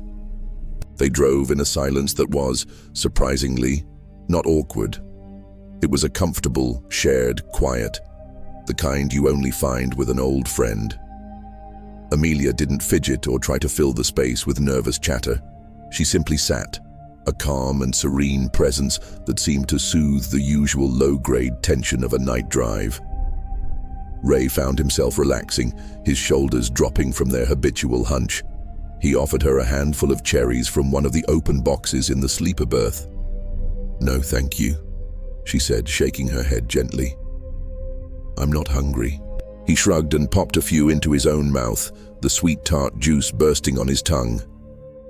He tried a few more topics of conversation, the unseasonable heat, the beauty of the night, the history of the road, and she answered politely but briefly, always steering the conversation back to her journey, to Flagstaff, to the fiancé she was so eager to see. "He's a good man," she said, her voice taking on a dreamy quality, strong, kind. "He writes me the most beautiful letters. He promised me we'd build a life together, a little house with a porch swing somewhere with trees." "Sounds like a fine plan," Ray said, a pang of nostalgia for his own life with Loretta hitting him square in the chest. They drove for nearly 45 minutes, the moon climbing higher in the sky. The landscape began to change again, the flat desert giving way to rolling hills studded with juniper and piñon pine. They were approaching the turnoff for the old Twin Arrows trading post, a place Ray knew well. It had been abandoned for decades, its two massive concrete arrows pointing eternally and uselessly at the sky, its buildings slowly surrendering to the elements. Amelia stirred, sitting up straighter. "This is my stop," she said softly. Ray was confused. He glanced out the window. There was nothing but darkness and the crumbling ruins silhouetted against the night sky. "Here." "Amelia, there's nothing here, darling. It's a ghost. I can take you all the way into Flagstaff. It's no trouble." "This is where I need to be," she said, her voice firm yet gentle, leaving no room for argument. She turned to him, and her dark eyes seemed to look right through him, into some deep, private pain he could only guess at. "Thank you for the ride, Ray. You have a good heart. Don't ever lose that." Before he could form another word of protest, she had opened the passenger door. A rush of cold air, far colder than the desert night should allow, flooded the cab. She stepped down with that same graceful ease, closing the door with a soft, final thud. Ray stared, dumbfounded. He craned his neck, watching her in the large side mirror. She stood for a moment on the gravel shoulder, her yellow dress a spot of pale light in the darkness. Then, she picked up her suitcase and began walking, not towards the road to Flagstaff, but directly towards the decaying shell of the Twin Arrows trading post. He watched, his heart hammering a strange, erratic rhythm as her figure grew smaller and less distinct. She didn't vanish in a puff of smoke or a flash of light. She simply walked into the deep shadows cast by the ruined building and was swallowed by them. One moment she was a discernible human form. The next, she was just another part of the night. Ray sat there for a long time, the engine idling, the only sound his own ragged breathing. A profound cold seemed to have taken root in the passenger seat. The scent of desert rain and sagebrush lingered. Too many years, he muttered to the empty cab, his voice sounding thin and old. Too many damn years on this road, seeing things now. He put Loretta in gear and drove on, pushing the image of the girl in the yellow dress from his mind.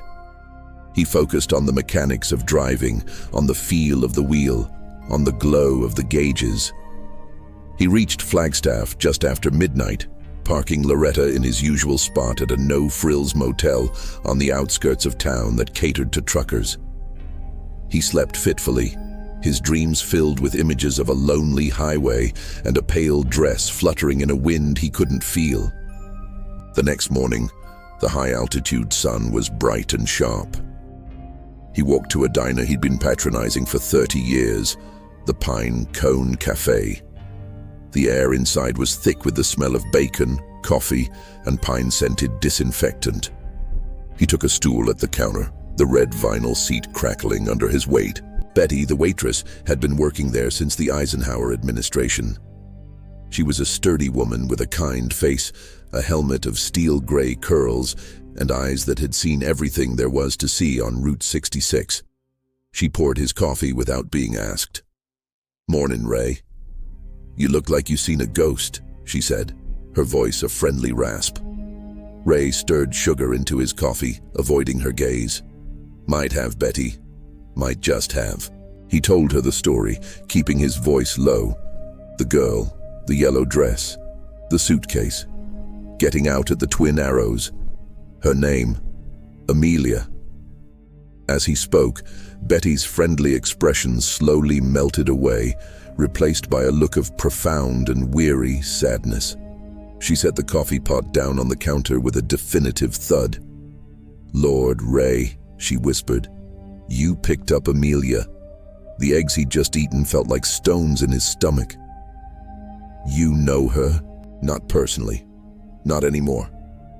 Betty leaned forward, her voice dropping to a conspiratorial hush. It was 1958, summer. She was a local girl from over in Williams. Pretty as a picture, everyone said. Sweet-natured. She was engaged to a boy from Flagstaff, Tommy O'Connell. He was in the army, stationed over in Germany. He was due home on leave, and they were going to get married. Ray listened, his blood running cold. Her car, Betty continued, a little white Ford Fairlane, broke down on the road right near the Twin Arrows. Overheated, most likely. This was before every soul had a CB or a cell phone. She decided to walk, to try and flag down help. It was getting dark. Betty's eyes grew distant, looking at a memory from 60 years ago. A trucker, hauling lumber, came over a rise. He didn't see her in time. They said she was killed instantly. The world seemed to tilt on its axis. The coffee cup in Ray's hand felt unnaturally heavy. The diner's cheerful clatter faded into a dull roar in his ears. "Every few years," Betty said, her voice barely audible. "Some driver, usually an older fella, a kind-hearted one like you, Ray, gives her a ride. She's always dressed the same.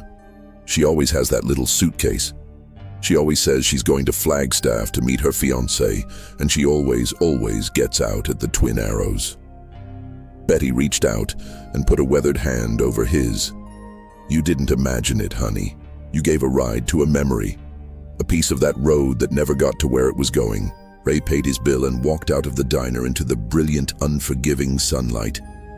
He felt 100 years old. The encounter hadn't been frightening, not in the way he'd expected a ghost story to be. It was devastatingly sad. He leaned against Loretta's warm flank, the solid reality of the truck a comfort against the spectral truth he'd just learned. He hadn't been driving with a ghost. He'd been driving with a hope, a love story forever frozen on the cusp of its happy ending. Amelia wasn't trapped in anger or seeking revenge. She was simply continuing her journey, forever almost home, forever relying on the kindness of strangers to complete the trip that a moment of tragic mischance had stolen from her. As he fired up Loretta's engine and pointed her east once more, the old road felt different beneath his tires. It was no longer just a path of asphalt and history. It was a river of stories, of lives lived and lost, of dreams that never faded. And he knew, with a certainty that settled deep in his bones, that Amelia's was not the only story riding the mother road. She was just one of the many echoes, a whisper of love and loss that would forever haunt the lonely stretches between Seligman and Flagstaff. A phantom passenger, forever seeking a ride. The law of the trucker was simple, immutable. The weight is the weight. It was a truth etched into steel, certified by the government and enforced by grim-faced DOT officers in mirrored sunglasses. For a man like Hank, a bear of a man with a calculator for a mind and a healthy distrust of anything that couldn't be quantified, the certified CAT scale at a truck stop was the closest thing he had to an altar. It was a place of judgment, of absolute numerical truth. His livelihood, his safety, his very freedom on the road depended on its unerring accuracy. Tonight, however, the familiar rhythms of his run had been thrown into chaos. A massive wreck on I-80 had turned his carefully plotted route into a parking lot. Detours through forgotten back roads had eaten up his clock and his fuel. Now, low on both, he found himself pulling into a truck stop he'd never seen before. A place that didn't appear on any of his GPS updates or his dog-eared copy of the trucker's friend directory. The Crossroads Oasis was a name that promised more than it delivered. It was a place of peeling paint and flickering neon, huddled at the junction of two state highways that seemed to lead nowhere. The parking lot was a patchwork of asphalt and weeds, populated by a handful of rigs that looked as tired and lost as he felt. The air was heavy with the smell of damp earth and diesel, and a thick, low-lying fog coiled around the tires of the parked trucks, swallowing the light from the few functioning lampposts. Hank guided his Peterbilt, loaded with a delicate and precisely weighed shipment of pharmaceutical equipment, to the scale lane. It was an old pit-style scale, the kind he hadn't seen in years. The weighbridge was a massive sunken plate of steel, its surface scarred and stained by decades of grease and weather. The indicator, a relic from a bygone era, was housed in a small, dark booth with a single bare bulb illuminating a dusty window. The numbers were not digital but physical, mechanical wheels painted in fading black and white, like something from an old-fashioned gas pump. He inched his rig onto the scale, the tires settling into the familiar grooves with a series of soft crunches. He set the brakes and climbed out, the fog cold and clammy against his skin. The silence was profound. He couldn't hear the highway. The idling engines of the other truck sounded muffled and distant, as if heard from underwater. He walked to the booth and peered through the grimy glass. There was no attendant. Instead, there was a handwritten sign, taped at a crooked angle, its letters formed in a spidery, old-fashioned script: "Weigh your load. Know your burden. Pay your due." Below the sign was a single brass slot, wide enough for a dollar bill. Hank frowned. This was bizarre. Truck stop scales were almost always free, their cost baked into the price of fuel. A pay scale and $1. It was laughable. But he was here, and he needed to know his axle weights before he hit the main road again. With a grunt of irritation, he fished a crumpled dollar bill from his wallet and fed it into the slot. Inside the booth, there was a series of loud mechanical clicks, like the unlocking of a giant clock. The numbered wheels on the indicator began to spin, whirring with a sound that was both ancient and alive. They didn't snap into place with digital precision. They slowed, hesitated, then settled one by one with a series of solid, definitive clunks. Hank stared at the numbers. They were wrong. Impossibly wrong. According to the bill of lading and his own pre-trip calculations, his steer axle should have been around 11,500 pounds. The scale showed 9,020. His drives, which should have been 32,000, read 28,745. His trailer axles were off by nearly 3,000 pounds. The gross vehicle weight was a full 7,000 pounds lighter than it had any right to be. A cold knot of unease tightened in his stomach. This wasn't just a miscalibration, this was a fundamental rewriting of reality. The weight is the weight. It was the first rule, this scale was breaking it. Broken piece of junk, he muttered to the fog. He decided to try again. He pulled his truck forward off the scale and then carefully backed it on, realigning the tires in exactly the same position. He found another dollar, fed it into the slot. The wheels whirred and clunked again. The numbers were different this time. But they were still wrong. Now, his steer axle was heavier. His drives were lighter. The total was still thousands of pounds off, a shifting, impossible equation. Frustration began to curdle into something darker, a primal fear of the irrational. He got back in his truck and pulled around to the fuel island, his mind racing. He filled his tanks, the numbers on the pump clicking by with sane, predictable logic. He went inside the dimly lit convenience store. The air was thick with the smell of stale coffee and fried food. A single ancient cashier with milky eyes stared at a small snowy television. "Your scale out there is busted," Hank announced, his voice louder than he intended. The cashier didn't turn. "Scale's fine," he rasped. "Weighs what's there." "It's weighing wrong," Hank insisted. "My numbers are all over the place." Finally, the old man turned his milky gaze on Hank. It was a look of profound, weary knowledge. "It don't weigh the truck, son. It weighs the load." Hank stared at him, uncomprehending. The cargo. Of course it weighs the cargo." The old man gave a slow, sad shake of his head. "No, not just that kind of load." A deep chill, unrelated to the fog outside, seeped into Hank's bones. He left the store without another word, returning to his truck. He sat in the cab, the silence pressing in on him. "It weighs the load." The words echoed in his mind. Driven by a compulsion he didn't understand, he drove back to the scale lane. The fog was thicker now, swirling like smoke around the weighbridge. He pulled on, set the brakes, and walked to the booth. He fed it his last dollar bill. The wheels spun, whirred, and clunked. He expected to see the same impossible numbers, but this time they were different, horribly different. The numbers weren't just weights anymore. They were shifting.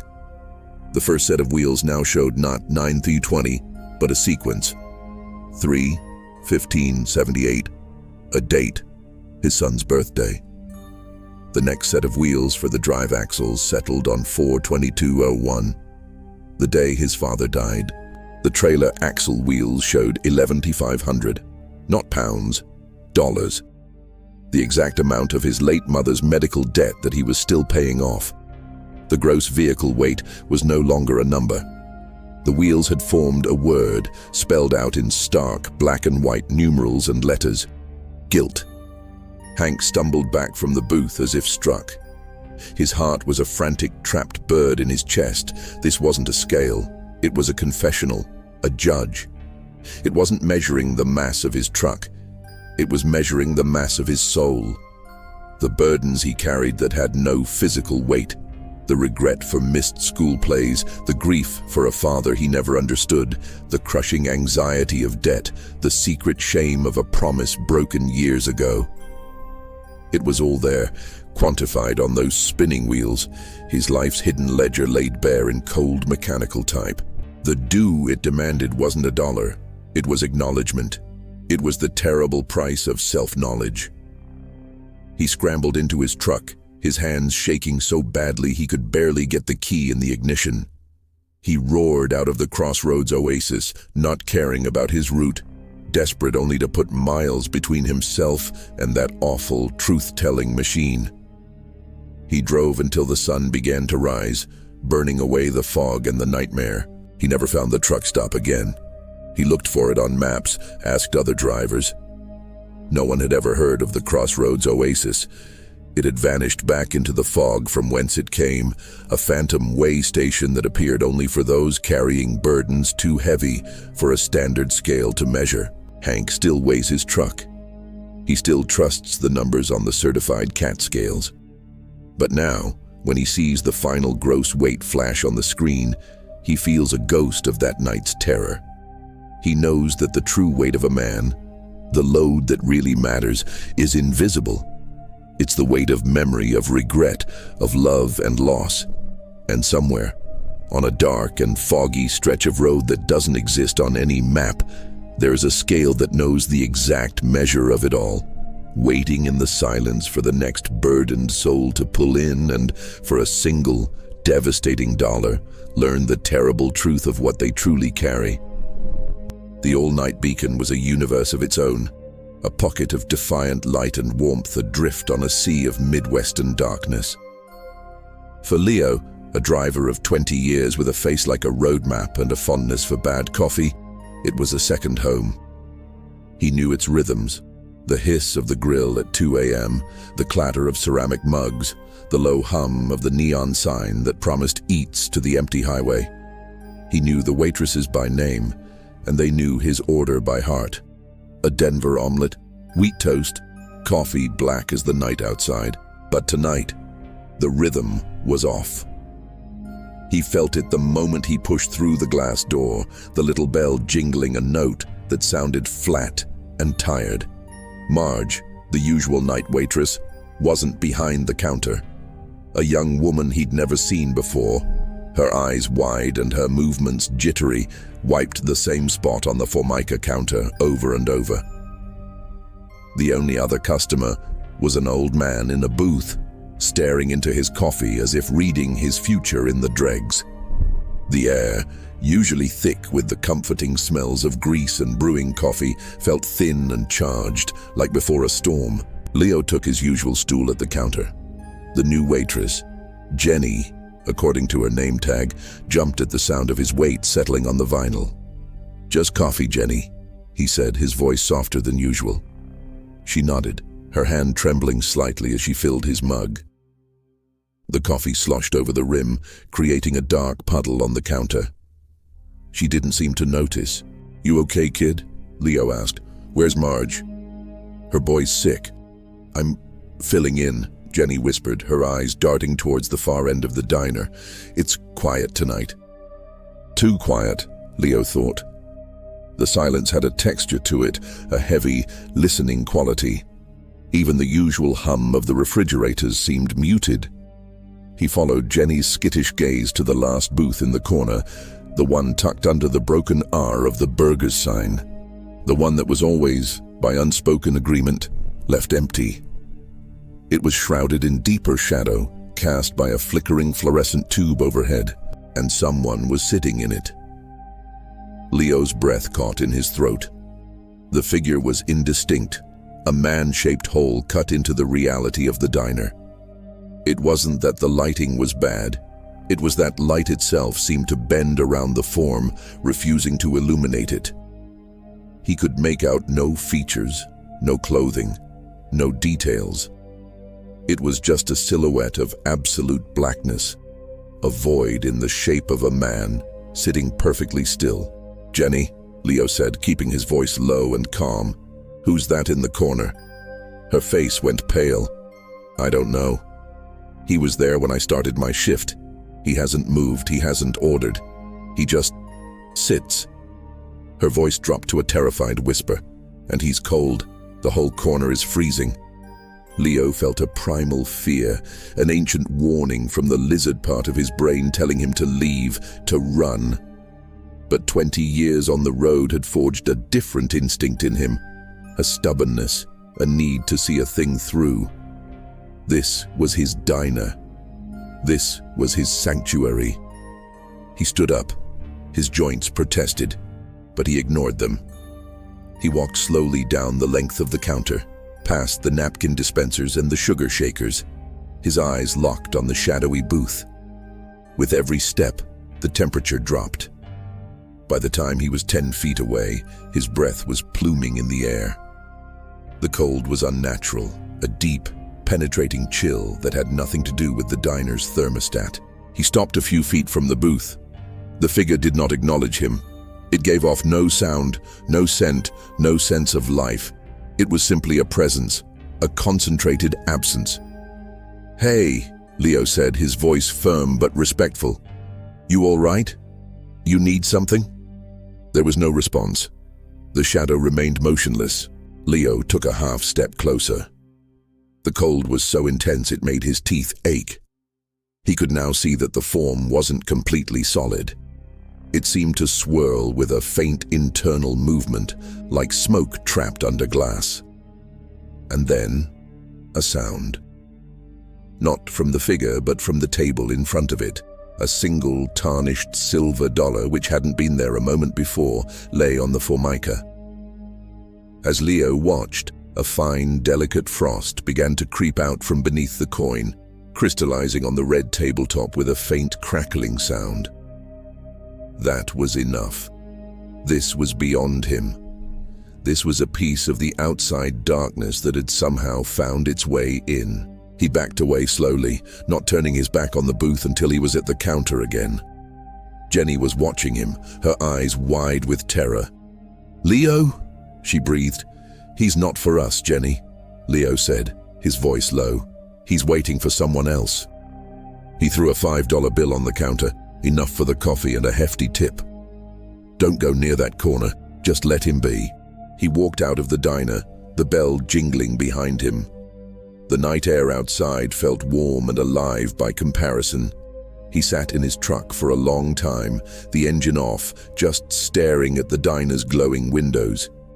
He saw Jenny huddled by the cash register, refusing to look towards the back.